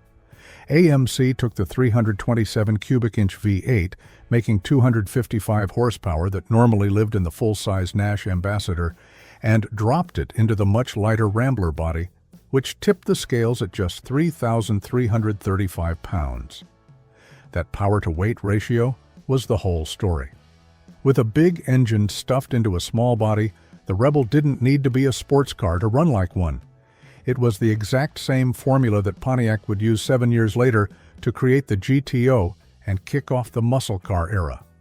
Motor Trend recorded a 0 to 60 time of exactly 7.5 seconds and a quarter mile of 18.32 seconds at the Daytona Speed Trials in 1957, the best result posted by any American production sedan that year, and only a step behind the two-seat Corvette. The price was just $2,786, the lowest of any high-performance car that year, and automotive historians widely regard the Rebel as the first factory-built, intermediate-sized performance car in history. AMC had originally planned to fit the Rebel with a Bendix electrojector fuel injection system good for 288 horsepower, but the system wasn't reliable enough, and not a single customer-delivered car ever received it. Only around 1,500 units were produced. After the strong showing at Daytona, AMC did essentially nothing with that momentum. They went back to economy cars and left that opportunity sitting on the table for years. 1957 Chrysler 300C. The Chrysler 300 letter series started in 1955 with the C300, a name that came directly from its 300 horsepower firepower. Every year after that, Chrysler added a new letter and pushed everything further. By 1957, they had arrived at the 300C, third in the series, and the one that many automotive historians consider the design peak of the entire letter series run, even though the 300D that followed the next year was actually more powerful. Sometimes the way something looks leaves a longer impression than any number on a spec sheet. The engine was a Hemi V8 displacing 392 cubic inches, fed by dual 4-barrel Carter carburetors running a 9.25-to-1 compression ratio. In standard trim, it produced 375 horsepower at 5,200 revolutions per minute with 420 foot-pounds of torque at 4,000 revolutions per minute.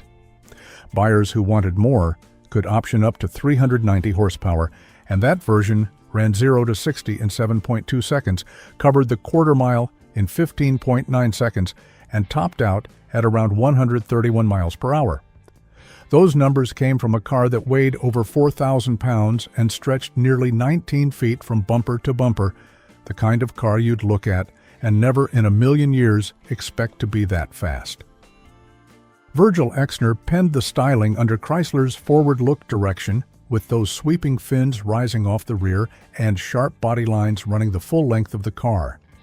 The 300C was also the first car in the letter series to offer a convertible body alongside the hardtop.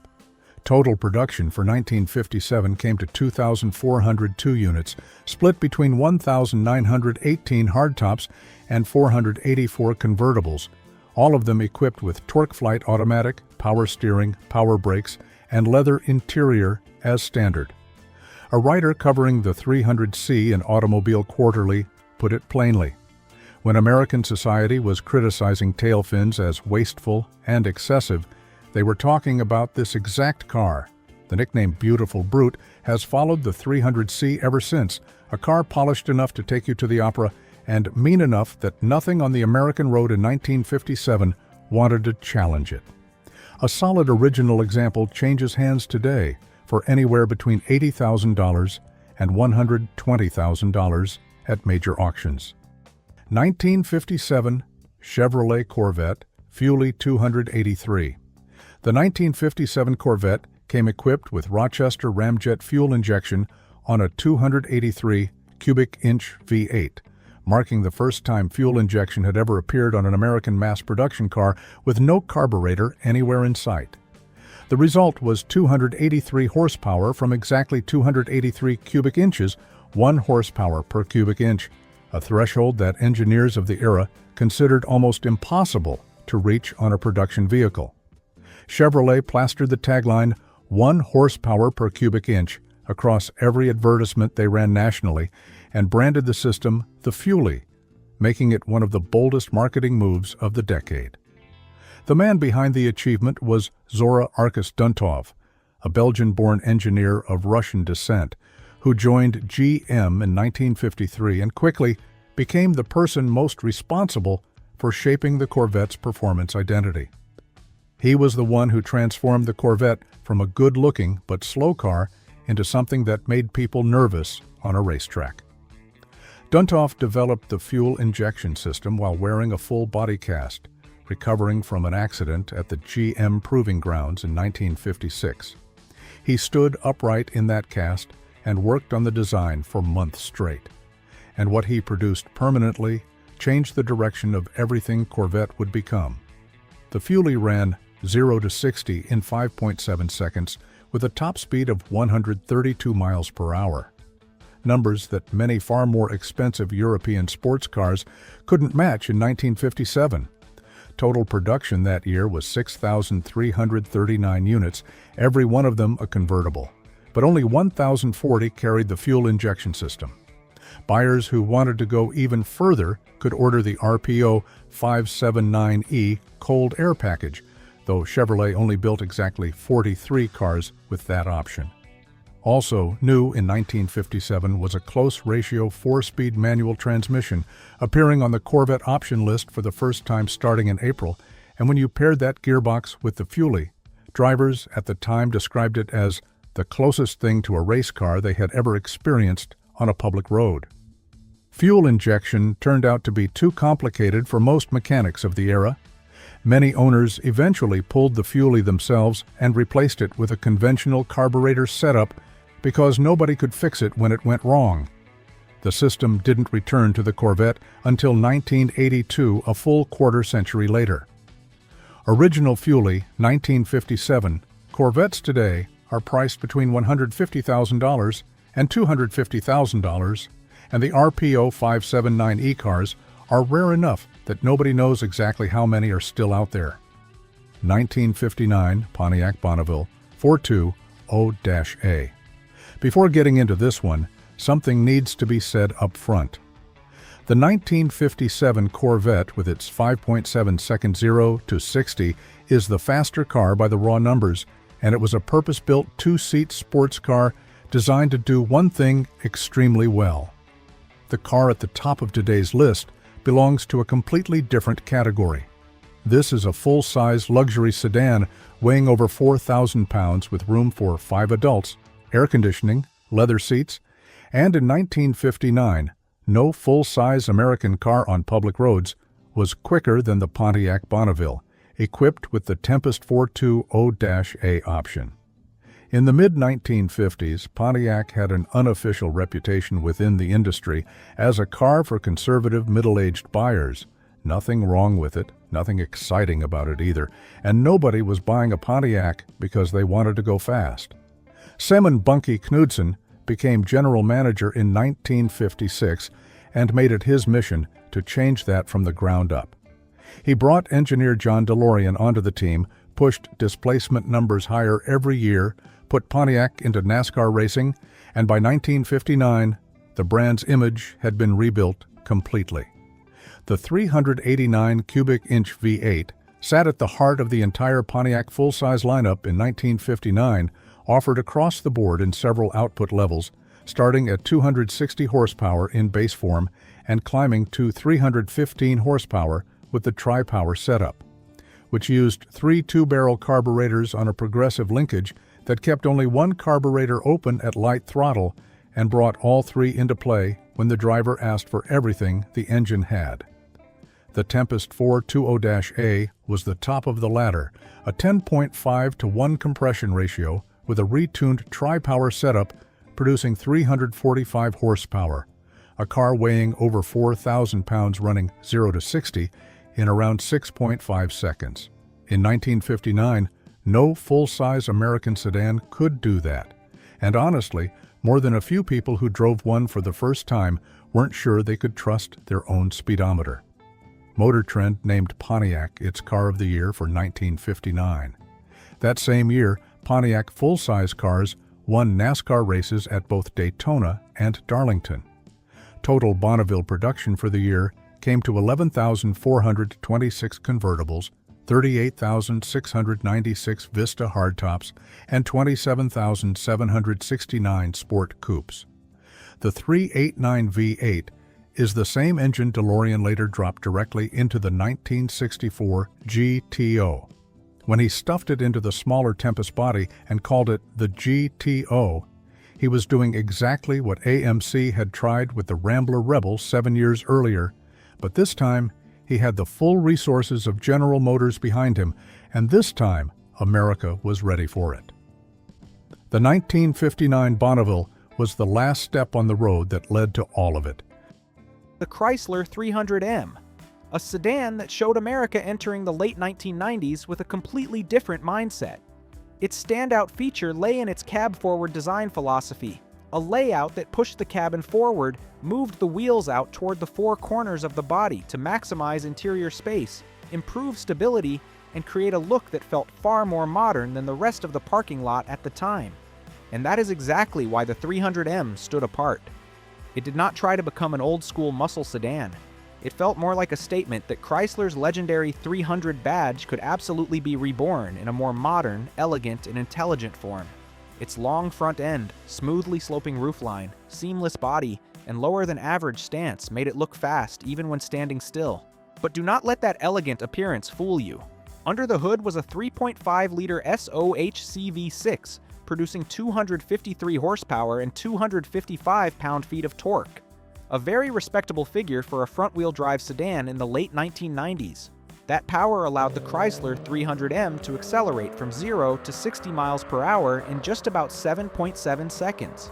Today, that number may no longer seem shocking, but at the time, it was more than enough to turn a luxury sedan into something that caught many people by surprise. What made the 300M interesting was that it never felt showy. It was quick in a very clean, very understated way. The auto-stick transmission gave the driver more control when accelerating or passing on the highway, creating a greater sense of command without sacrificing the smoothness that had always been one of Chrysler's strengths. This was the kind of car that, as you glided by in the left lane, suddenly made your neighbor's Ford Taurus look old and far less appealing. Ford Contour SVT. This car was clear proof of one of the most interesting ideas of the 1990s. Take European-style handling, wrap it in a compact sedan, and hand it to people who truly loved the act of driving. The Contour SVT was developed from the CDW 27 platform, which was also the foundation of the Ford Mondeo in Europe. That meant from the very beginning, it did not carry the DNA of a traditional American sedan, which usually leaned toward softness, comfort, and easy highway cruising. Instead, the Contour had a tidy shape, a solid driving stance, and a chassis born to carve corners. When the Special Vehicle Team, or SVT, got to work refining it, they did not try to turn it into a drag strip machine. Under the hood was a 2.5-liter Duratec V6, with revised cam timing, intake, and exhaust tuning to raise output to 195 horsepower. That number might not sound overwhelming at first, but the important part was how the car delivered that power. Ford offered the Contour SVT only with the MTX 75 5-speed manual transmission, and that choice said a great deal. This was not a car for someone who wanted to sit back and let the gearbox do everything. It was for someone who wanted to shift for themselves, hold the revs where they wanted, and truly feel every small change in the road through the steering wheel. The result was a sedan capable of running the quarter mile in about 15.7 seconds. A very respectable performance for a compact car focused more on handling. But the true value of the Contour SVT was never just in its acceleration figure. Its greatest strength was balance. It cornered quickly, delivered sharp steering response, stayed agile through its body movements, and gave the driver a sense of connection that was very rare in an American sedan of the time. It was no accident that Car and Driver once called it the best handling car under $30,000. That was very high praise, and it also showed that the Contour SVT was built for a very specific kind of buyer, Ford Taurus SHO. The more closely you look at this car, the harder it becomes to believe it was ever mass-produced. Because beneath that rounded, soft, and somewhat controversial exterior was one of the strangest mechanical configurations ever fitted to an American sedan of the 1990s. But what truly made the Taurus SHO special was what sat under the hood. Ford partnered with Yamaha to create a 3.4-liter, 32-valve V8 mounted transversely in a front-wheel drive engine bay. That detail alone is enough to make any engineering enthusiast pause for a few seconds just to process it. A transverse V8 was already rare, but packaging an entire engine like that into the body of a Taurus was even more unexpected. This was not just a performance sedan, but also a very bold technical showcase from Ford during a time when they were still willing to experiment with ideas no one else would have attempted. This V8 produced about 235 horsepower, a fairly impressive figure in the mid-1990s. That power was enough to push this seemingly mild-mannered sedan to a top speed of around 140 miles per hour. And what made it even more interesting was how quietly it did everything. From the outside, very few people would have guessed that this rounded sedan was hiding such an elaborate engine configuration underneath. It was the kind of car people could easily underestimate simply because of its somewhat safe appearance. But once you understood what it really was, you realized this was one of the strangest and most ambitious Taurus models ever built. Of course, the fact that it came only with an automatic transmission left many manual transmission enthusiasts disappointed. And yes, that did mean the SHO did not deliver the same pure mechanical connection as some of the other cars on this list. But do not let the automatic transmission fool you. The Taurus SHO was still a silent killer in its own very distinct way. Pontiac Bonneville SSEI. What made the SSEI stand out right from the beginning was the cabin experience. Step inside and it felt as if Pontiac had tried to cram an entire aircraft control panel into this sedan. A mountain of buttons stretched across the dashboard, countless electronic functions were packed in, and most notably, there was a HUD as early as 1996, a feature that even many luxury cars years later would still consider worth bragging about. It created exactly the feeling of a sedan for grown-ups. For someone who did not need the noise and drama of a sports coupe, but still wanted to sit behind the wheel of something with real muscle.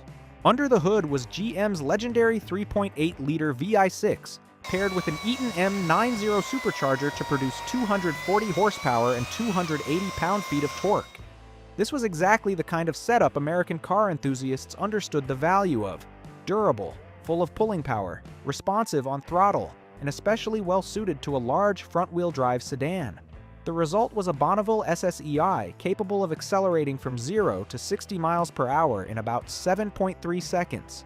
That number may sound only quick enough compared with dedicated sports cars, but remember, this was a roomy sedan loaded with features, power leather seats, smooth ride quality, and still fast enough to catch quite a few Mustang drivers off guard the moment the light turned green. That was the appeal of the SSEI. It did not trade comfort for performance, but tried to keep both in the same package. This is the Buick Roadmaster. It was more than 5 meters long, weighed nearly 2 tons, had a body as massive as a land yacht, and at a glance looked exactly like the kind of sedan built for rides so smooth they could make you sleepy. But that was exactly the perfect trap, because beneath that luxurious, soft, and almost conservative shell was a heart completely out of sync with its gentle appearance. Buick gave the Roadmaster a 5.7-liter LT 1V8, essentially an engine straight out of the Corvette world, only retuned with a revised camshaft to better suit low-end torque. The result was this giant sedan producing around 260 horsepower and 330 pound-feet of torque, far more than enough for a car most people would only ever see as a leather sofa on wheels. But despite its enormous size and heavy weight making everyone assume it would be slow, this Buick could still accelerate from 0 to 60 miles per hour in just about 6.7 seconds. That was quick enough to make many sports cars of the era take a second look, especially when their opponent was a giant sedan that looked like it had just rolled out of the parking lot of an upscale golf club. What made it even more fascinating was the way the Roadmaster delivered its speed. It accelerated on abundant torque, with an almost strange sense of ease. You did not feel like you were driving a performance sedan in the traditional sense. You felt like you were sitting in a giant leather armchair, pressing the gas, and suddenly this massive block of steel began gliding forward with a force completely out of proportion to its shape. That was the kind of experience only an American car from the 1990s could create. At number 5 is the Buick Regal GS. This was not the kind of car that made people turn their heads. Honestly, most people on the road at the time probably would not even have bothered to notice it. The Regal GS looked exactly like the kind of sedan people assumed belonged to an older gentleman, driving to golf on the weekend, listening to soft radio, and having absolutely no intention of challenging anyone on the road.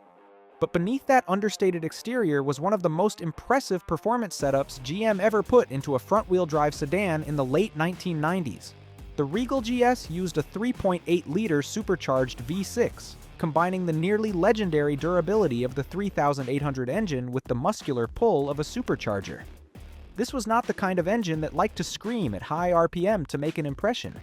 It was strong in a very practical, very American way. Torque came on early, throttle response felt thick and immediate, and every press of the pedal gave the sense that the car had a solid shove already waiting underneath. The result was a Buick Regal GS capable of accelerating from 0 to 60 miles per hour in just about 6.6 seconds. That was an extremely impressive number for a sedan that looked, on the outside, like nothing special at all. And it was exactly that contrast that gave this car its appeal. While many other cars relied on styling to show off their strength, the Regal GS seemed almost determined to hide everything. It was the kind of car whose speed you only truly understood once you were behind the wheel, or worse for the other guy, once you were left standing there watching it pull away ahead of you. Pontiac Grand Prix GTP. It arrived with the exact spirit of late 1990s American streets. Confident, bold, a little cocky, and fully ready to let everyone know this was not an ordinary sedan. You could see that immediately just by looking at the GTP's design. Pontiac was living in its wide-track era at the time, and the Grand Prix GTP was one of the clearest expressions of that philosophy. The body sat low and wide, the front end looked threatening, and its muscular lines and full-on swagger stance made it seem as if it was always ready to launch forward. In addition, the signature whine of the supercharger on the Grand Prix GTP was almost part of the era's memory. It was not loud in the way of a traditional V8, but instead produced a sharp mechanical sound that instantly told you something special was working under the hood. And indeed, beneath it sat the 3800 Series 2 supercharged engine, producing 240 horsepower, one of GM's most famous and well-loved setups of that period. The result was a Grand Prix GTP capable of running the quarter mile in about 14.9 seconds, a number strong enough to put it in dangerous territory for a lot of lighter coupes and muscle cars. But what made the GTP stand out was not just the fact that it was fast. It was fast with style. It was not quiet like the Regal GS, nor was it luxurious like the Cadillac STS. It carried a very clear attitude. If you wanted a sedan that was practical, full of personality, and quick enough to make American streets more exciting, this was one of the defining choices of its era, the Chevrolet Impala SS. The first thing that gave the Impala SS its appeal was its sense of heritage. The Impala name was already a legend in American automotive history, but the SS version of the 1990s did not follow a purely nostalgic path. It was born from the Caprice police chassis, and that immediately gave it a foundation full of authority. Its deep black body, low and wide stance, combined with 17-inch 5-spoke wheels created a genuinely threatening appearance. It was not polished in a luxurious way, nor was it flashy like many other performance cars. It looked like a dark shadow silently closing in through the rearview mirror, and that was exactly the image that turned the Impala SS into an icon. Under the hood was a 5.7-liter L T1 V8, borrowed directly from the Corvette world, producing 260 horsepower and 330 pound-feet of torque. Putting that engine into a sedan weighing more than 1.9 tons might sound like an uneven equation on paper, but in reality, it created exactly the true nature of the Impala SS.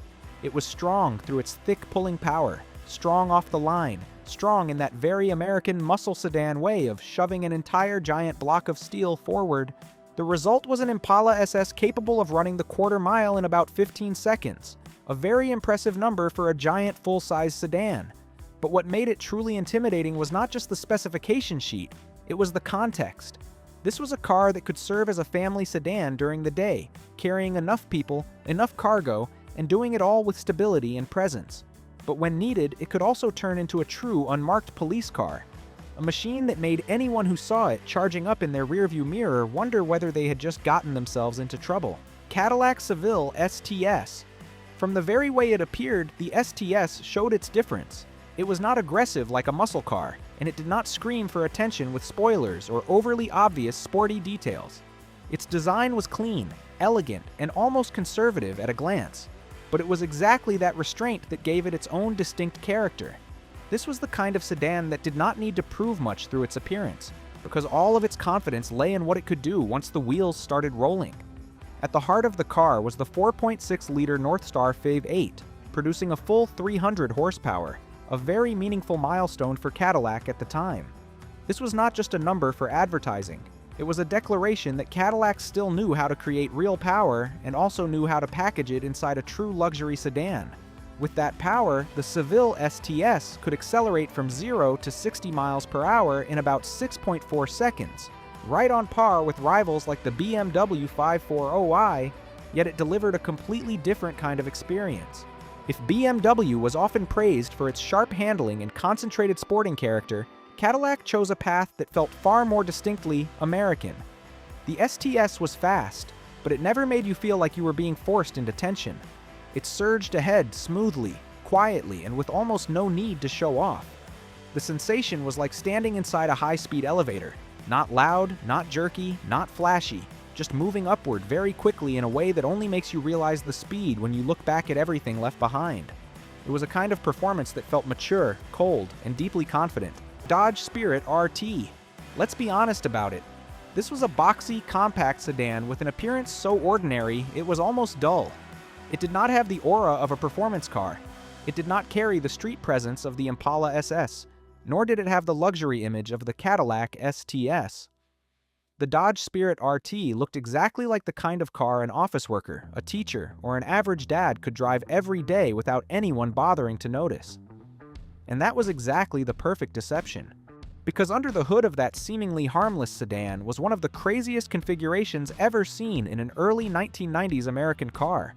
The heart of the Spirit RT was a 2.2-liter intercooled turbo engine paired with a Lotus-designed DOHC cylinder head, producing 224 horsepower. Just hearing about a small Dodge sedan carrying a Lotus cylinder head was enough to make car enthusiasts raise an eyebrow. The Dodge Spirit RT could accelerate from 0 to 60 miles per hour in just about 5.8 seconds. In 1991, that was territory reserved for serious sports cars, not a boxy sedan that looked like a government employee's commuter. Chrysler even advertised it as the fastest sedan in America at the time, and the remarkable part is that the claim was not unreasonable at all.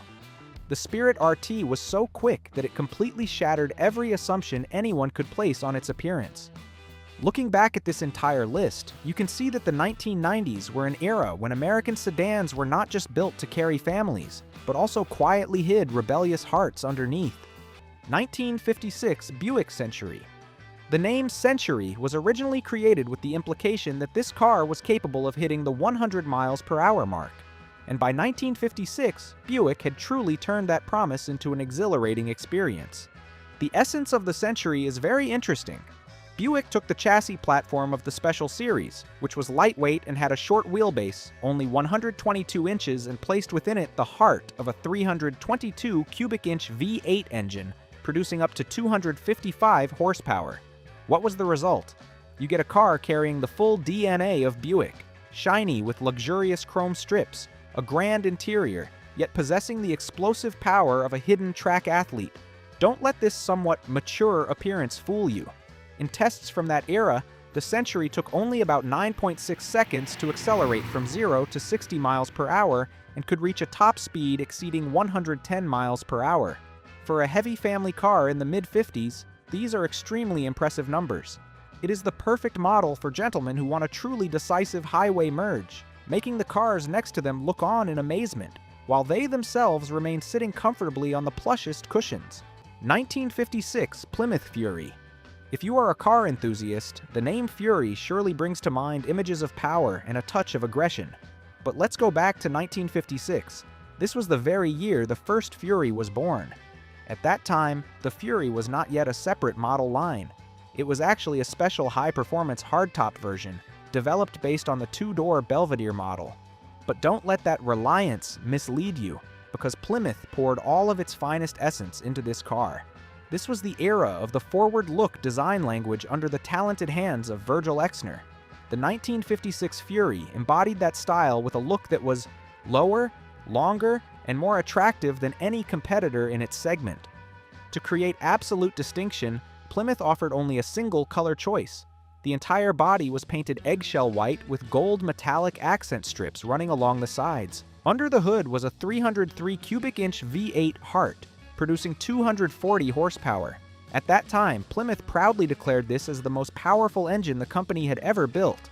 This power helped the Fury accelerate from 0 to 60 miles per hour in 9.2 seconds, a figure enough to excite drivers of that era.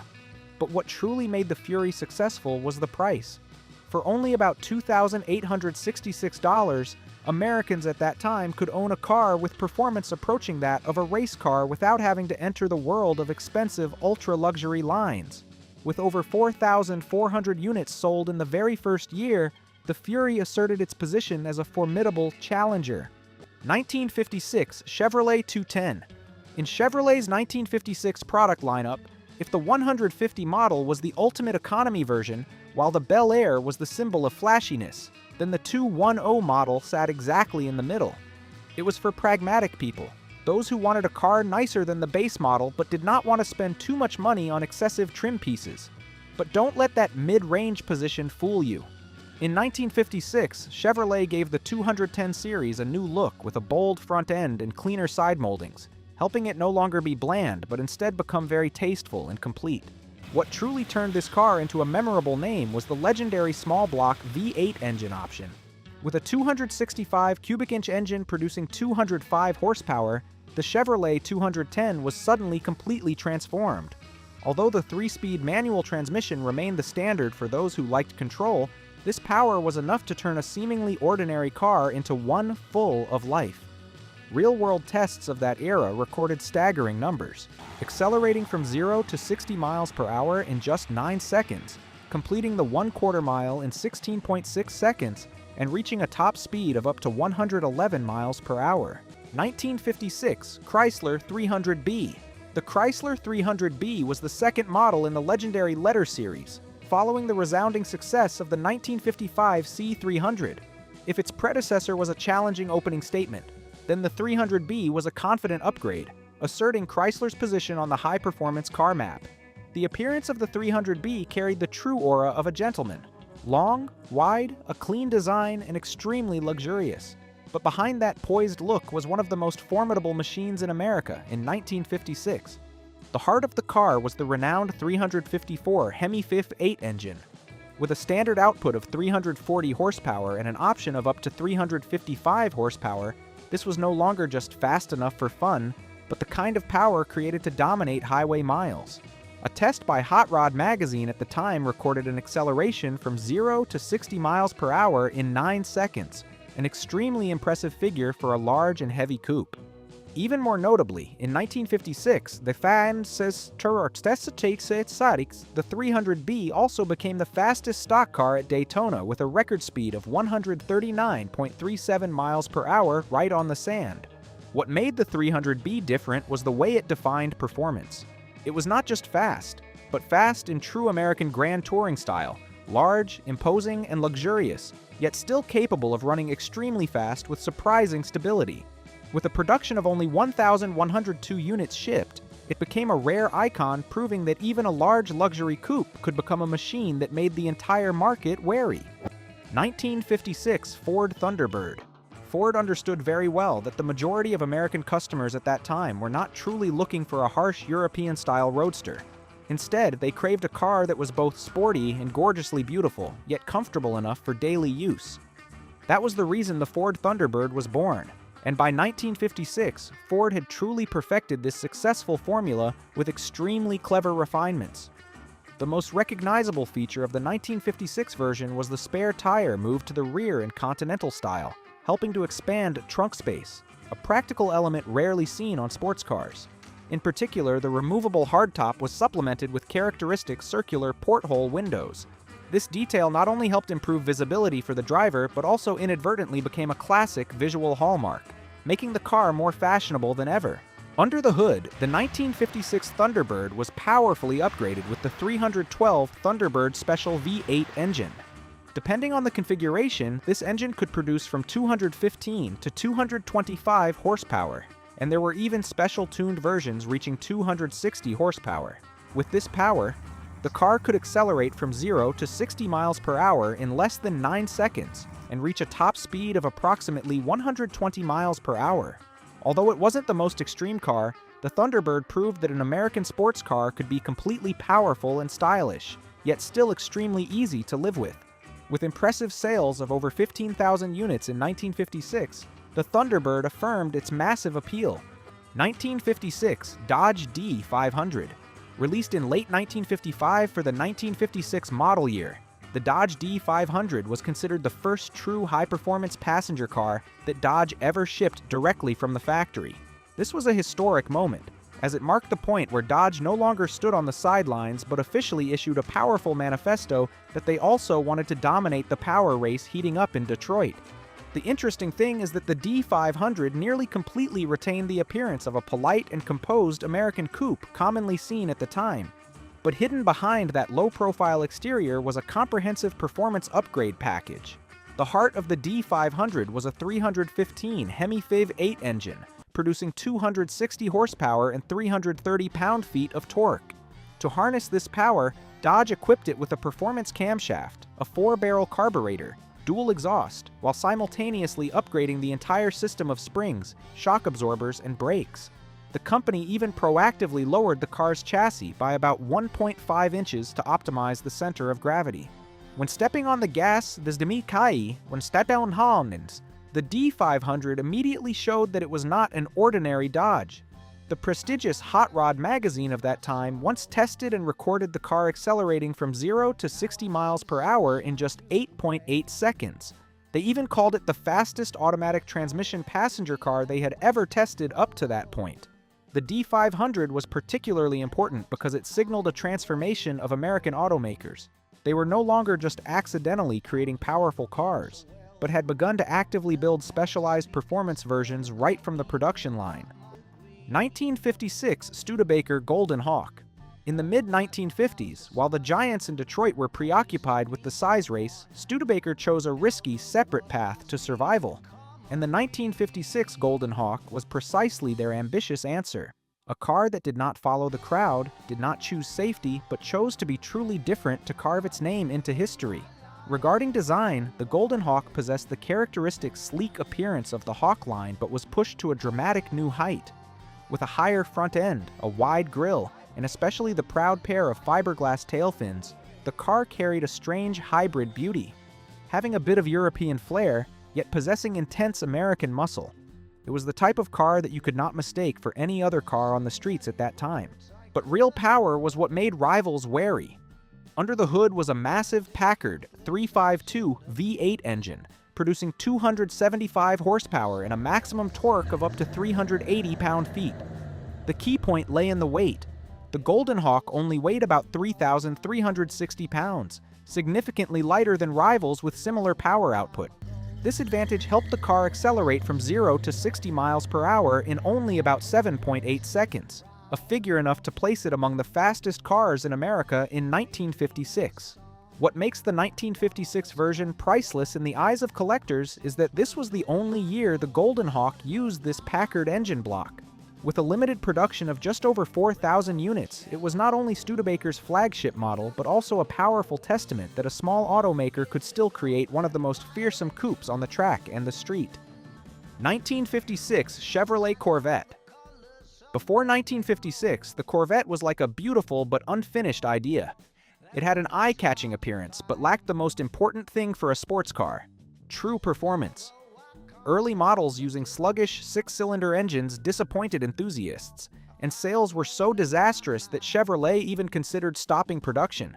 But in 1956, everything changed completely with a spectacular transformation.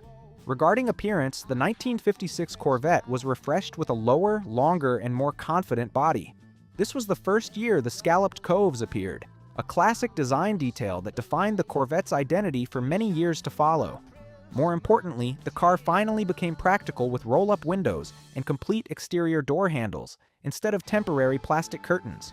From here, the Corvette was no longer a half-baked, good-looking toy, but began to become a sports car in its true sense. The most decisive change lay under the hood. Chevrolet completely eliminated the six-cylinder engine. Starting from 1956, every Corvette shipped used a V8 engine by default. The 265 cubic-inch small block engine was refined to produce an output from 210 to 240 horsepower, accompanied by a standard 3-speed manual transmission. This change brought a fearsome power. The 225 horsepower version could reach the 0 to 60 miles per hour mark in just 7.3 seconds and a top speed touching the 129 miles per hour threshold. This was the moment an icon was born. A car that was not only beautiful, not only performative, but also fast enough and fierce enough to be worthy of its leading position. Looking back at this list, we see that 1956 was not only about shiny chrome strips. Please leave your thoughts in the comment section below. Thank you for watching. Goodbye, and see you again.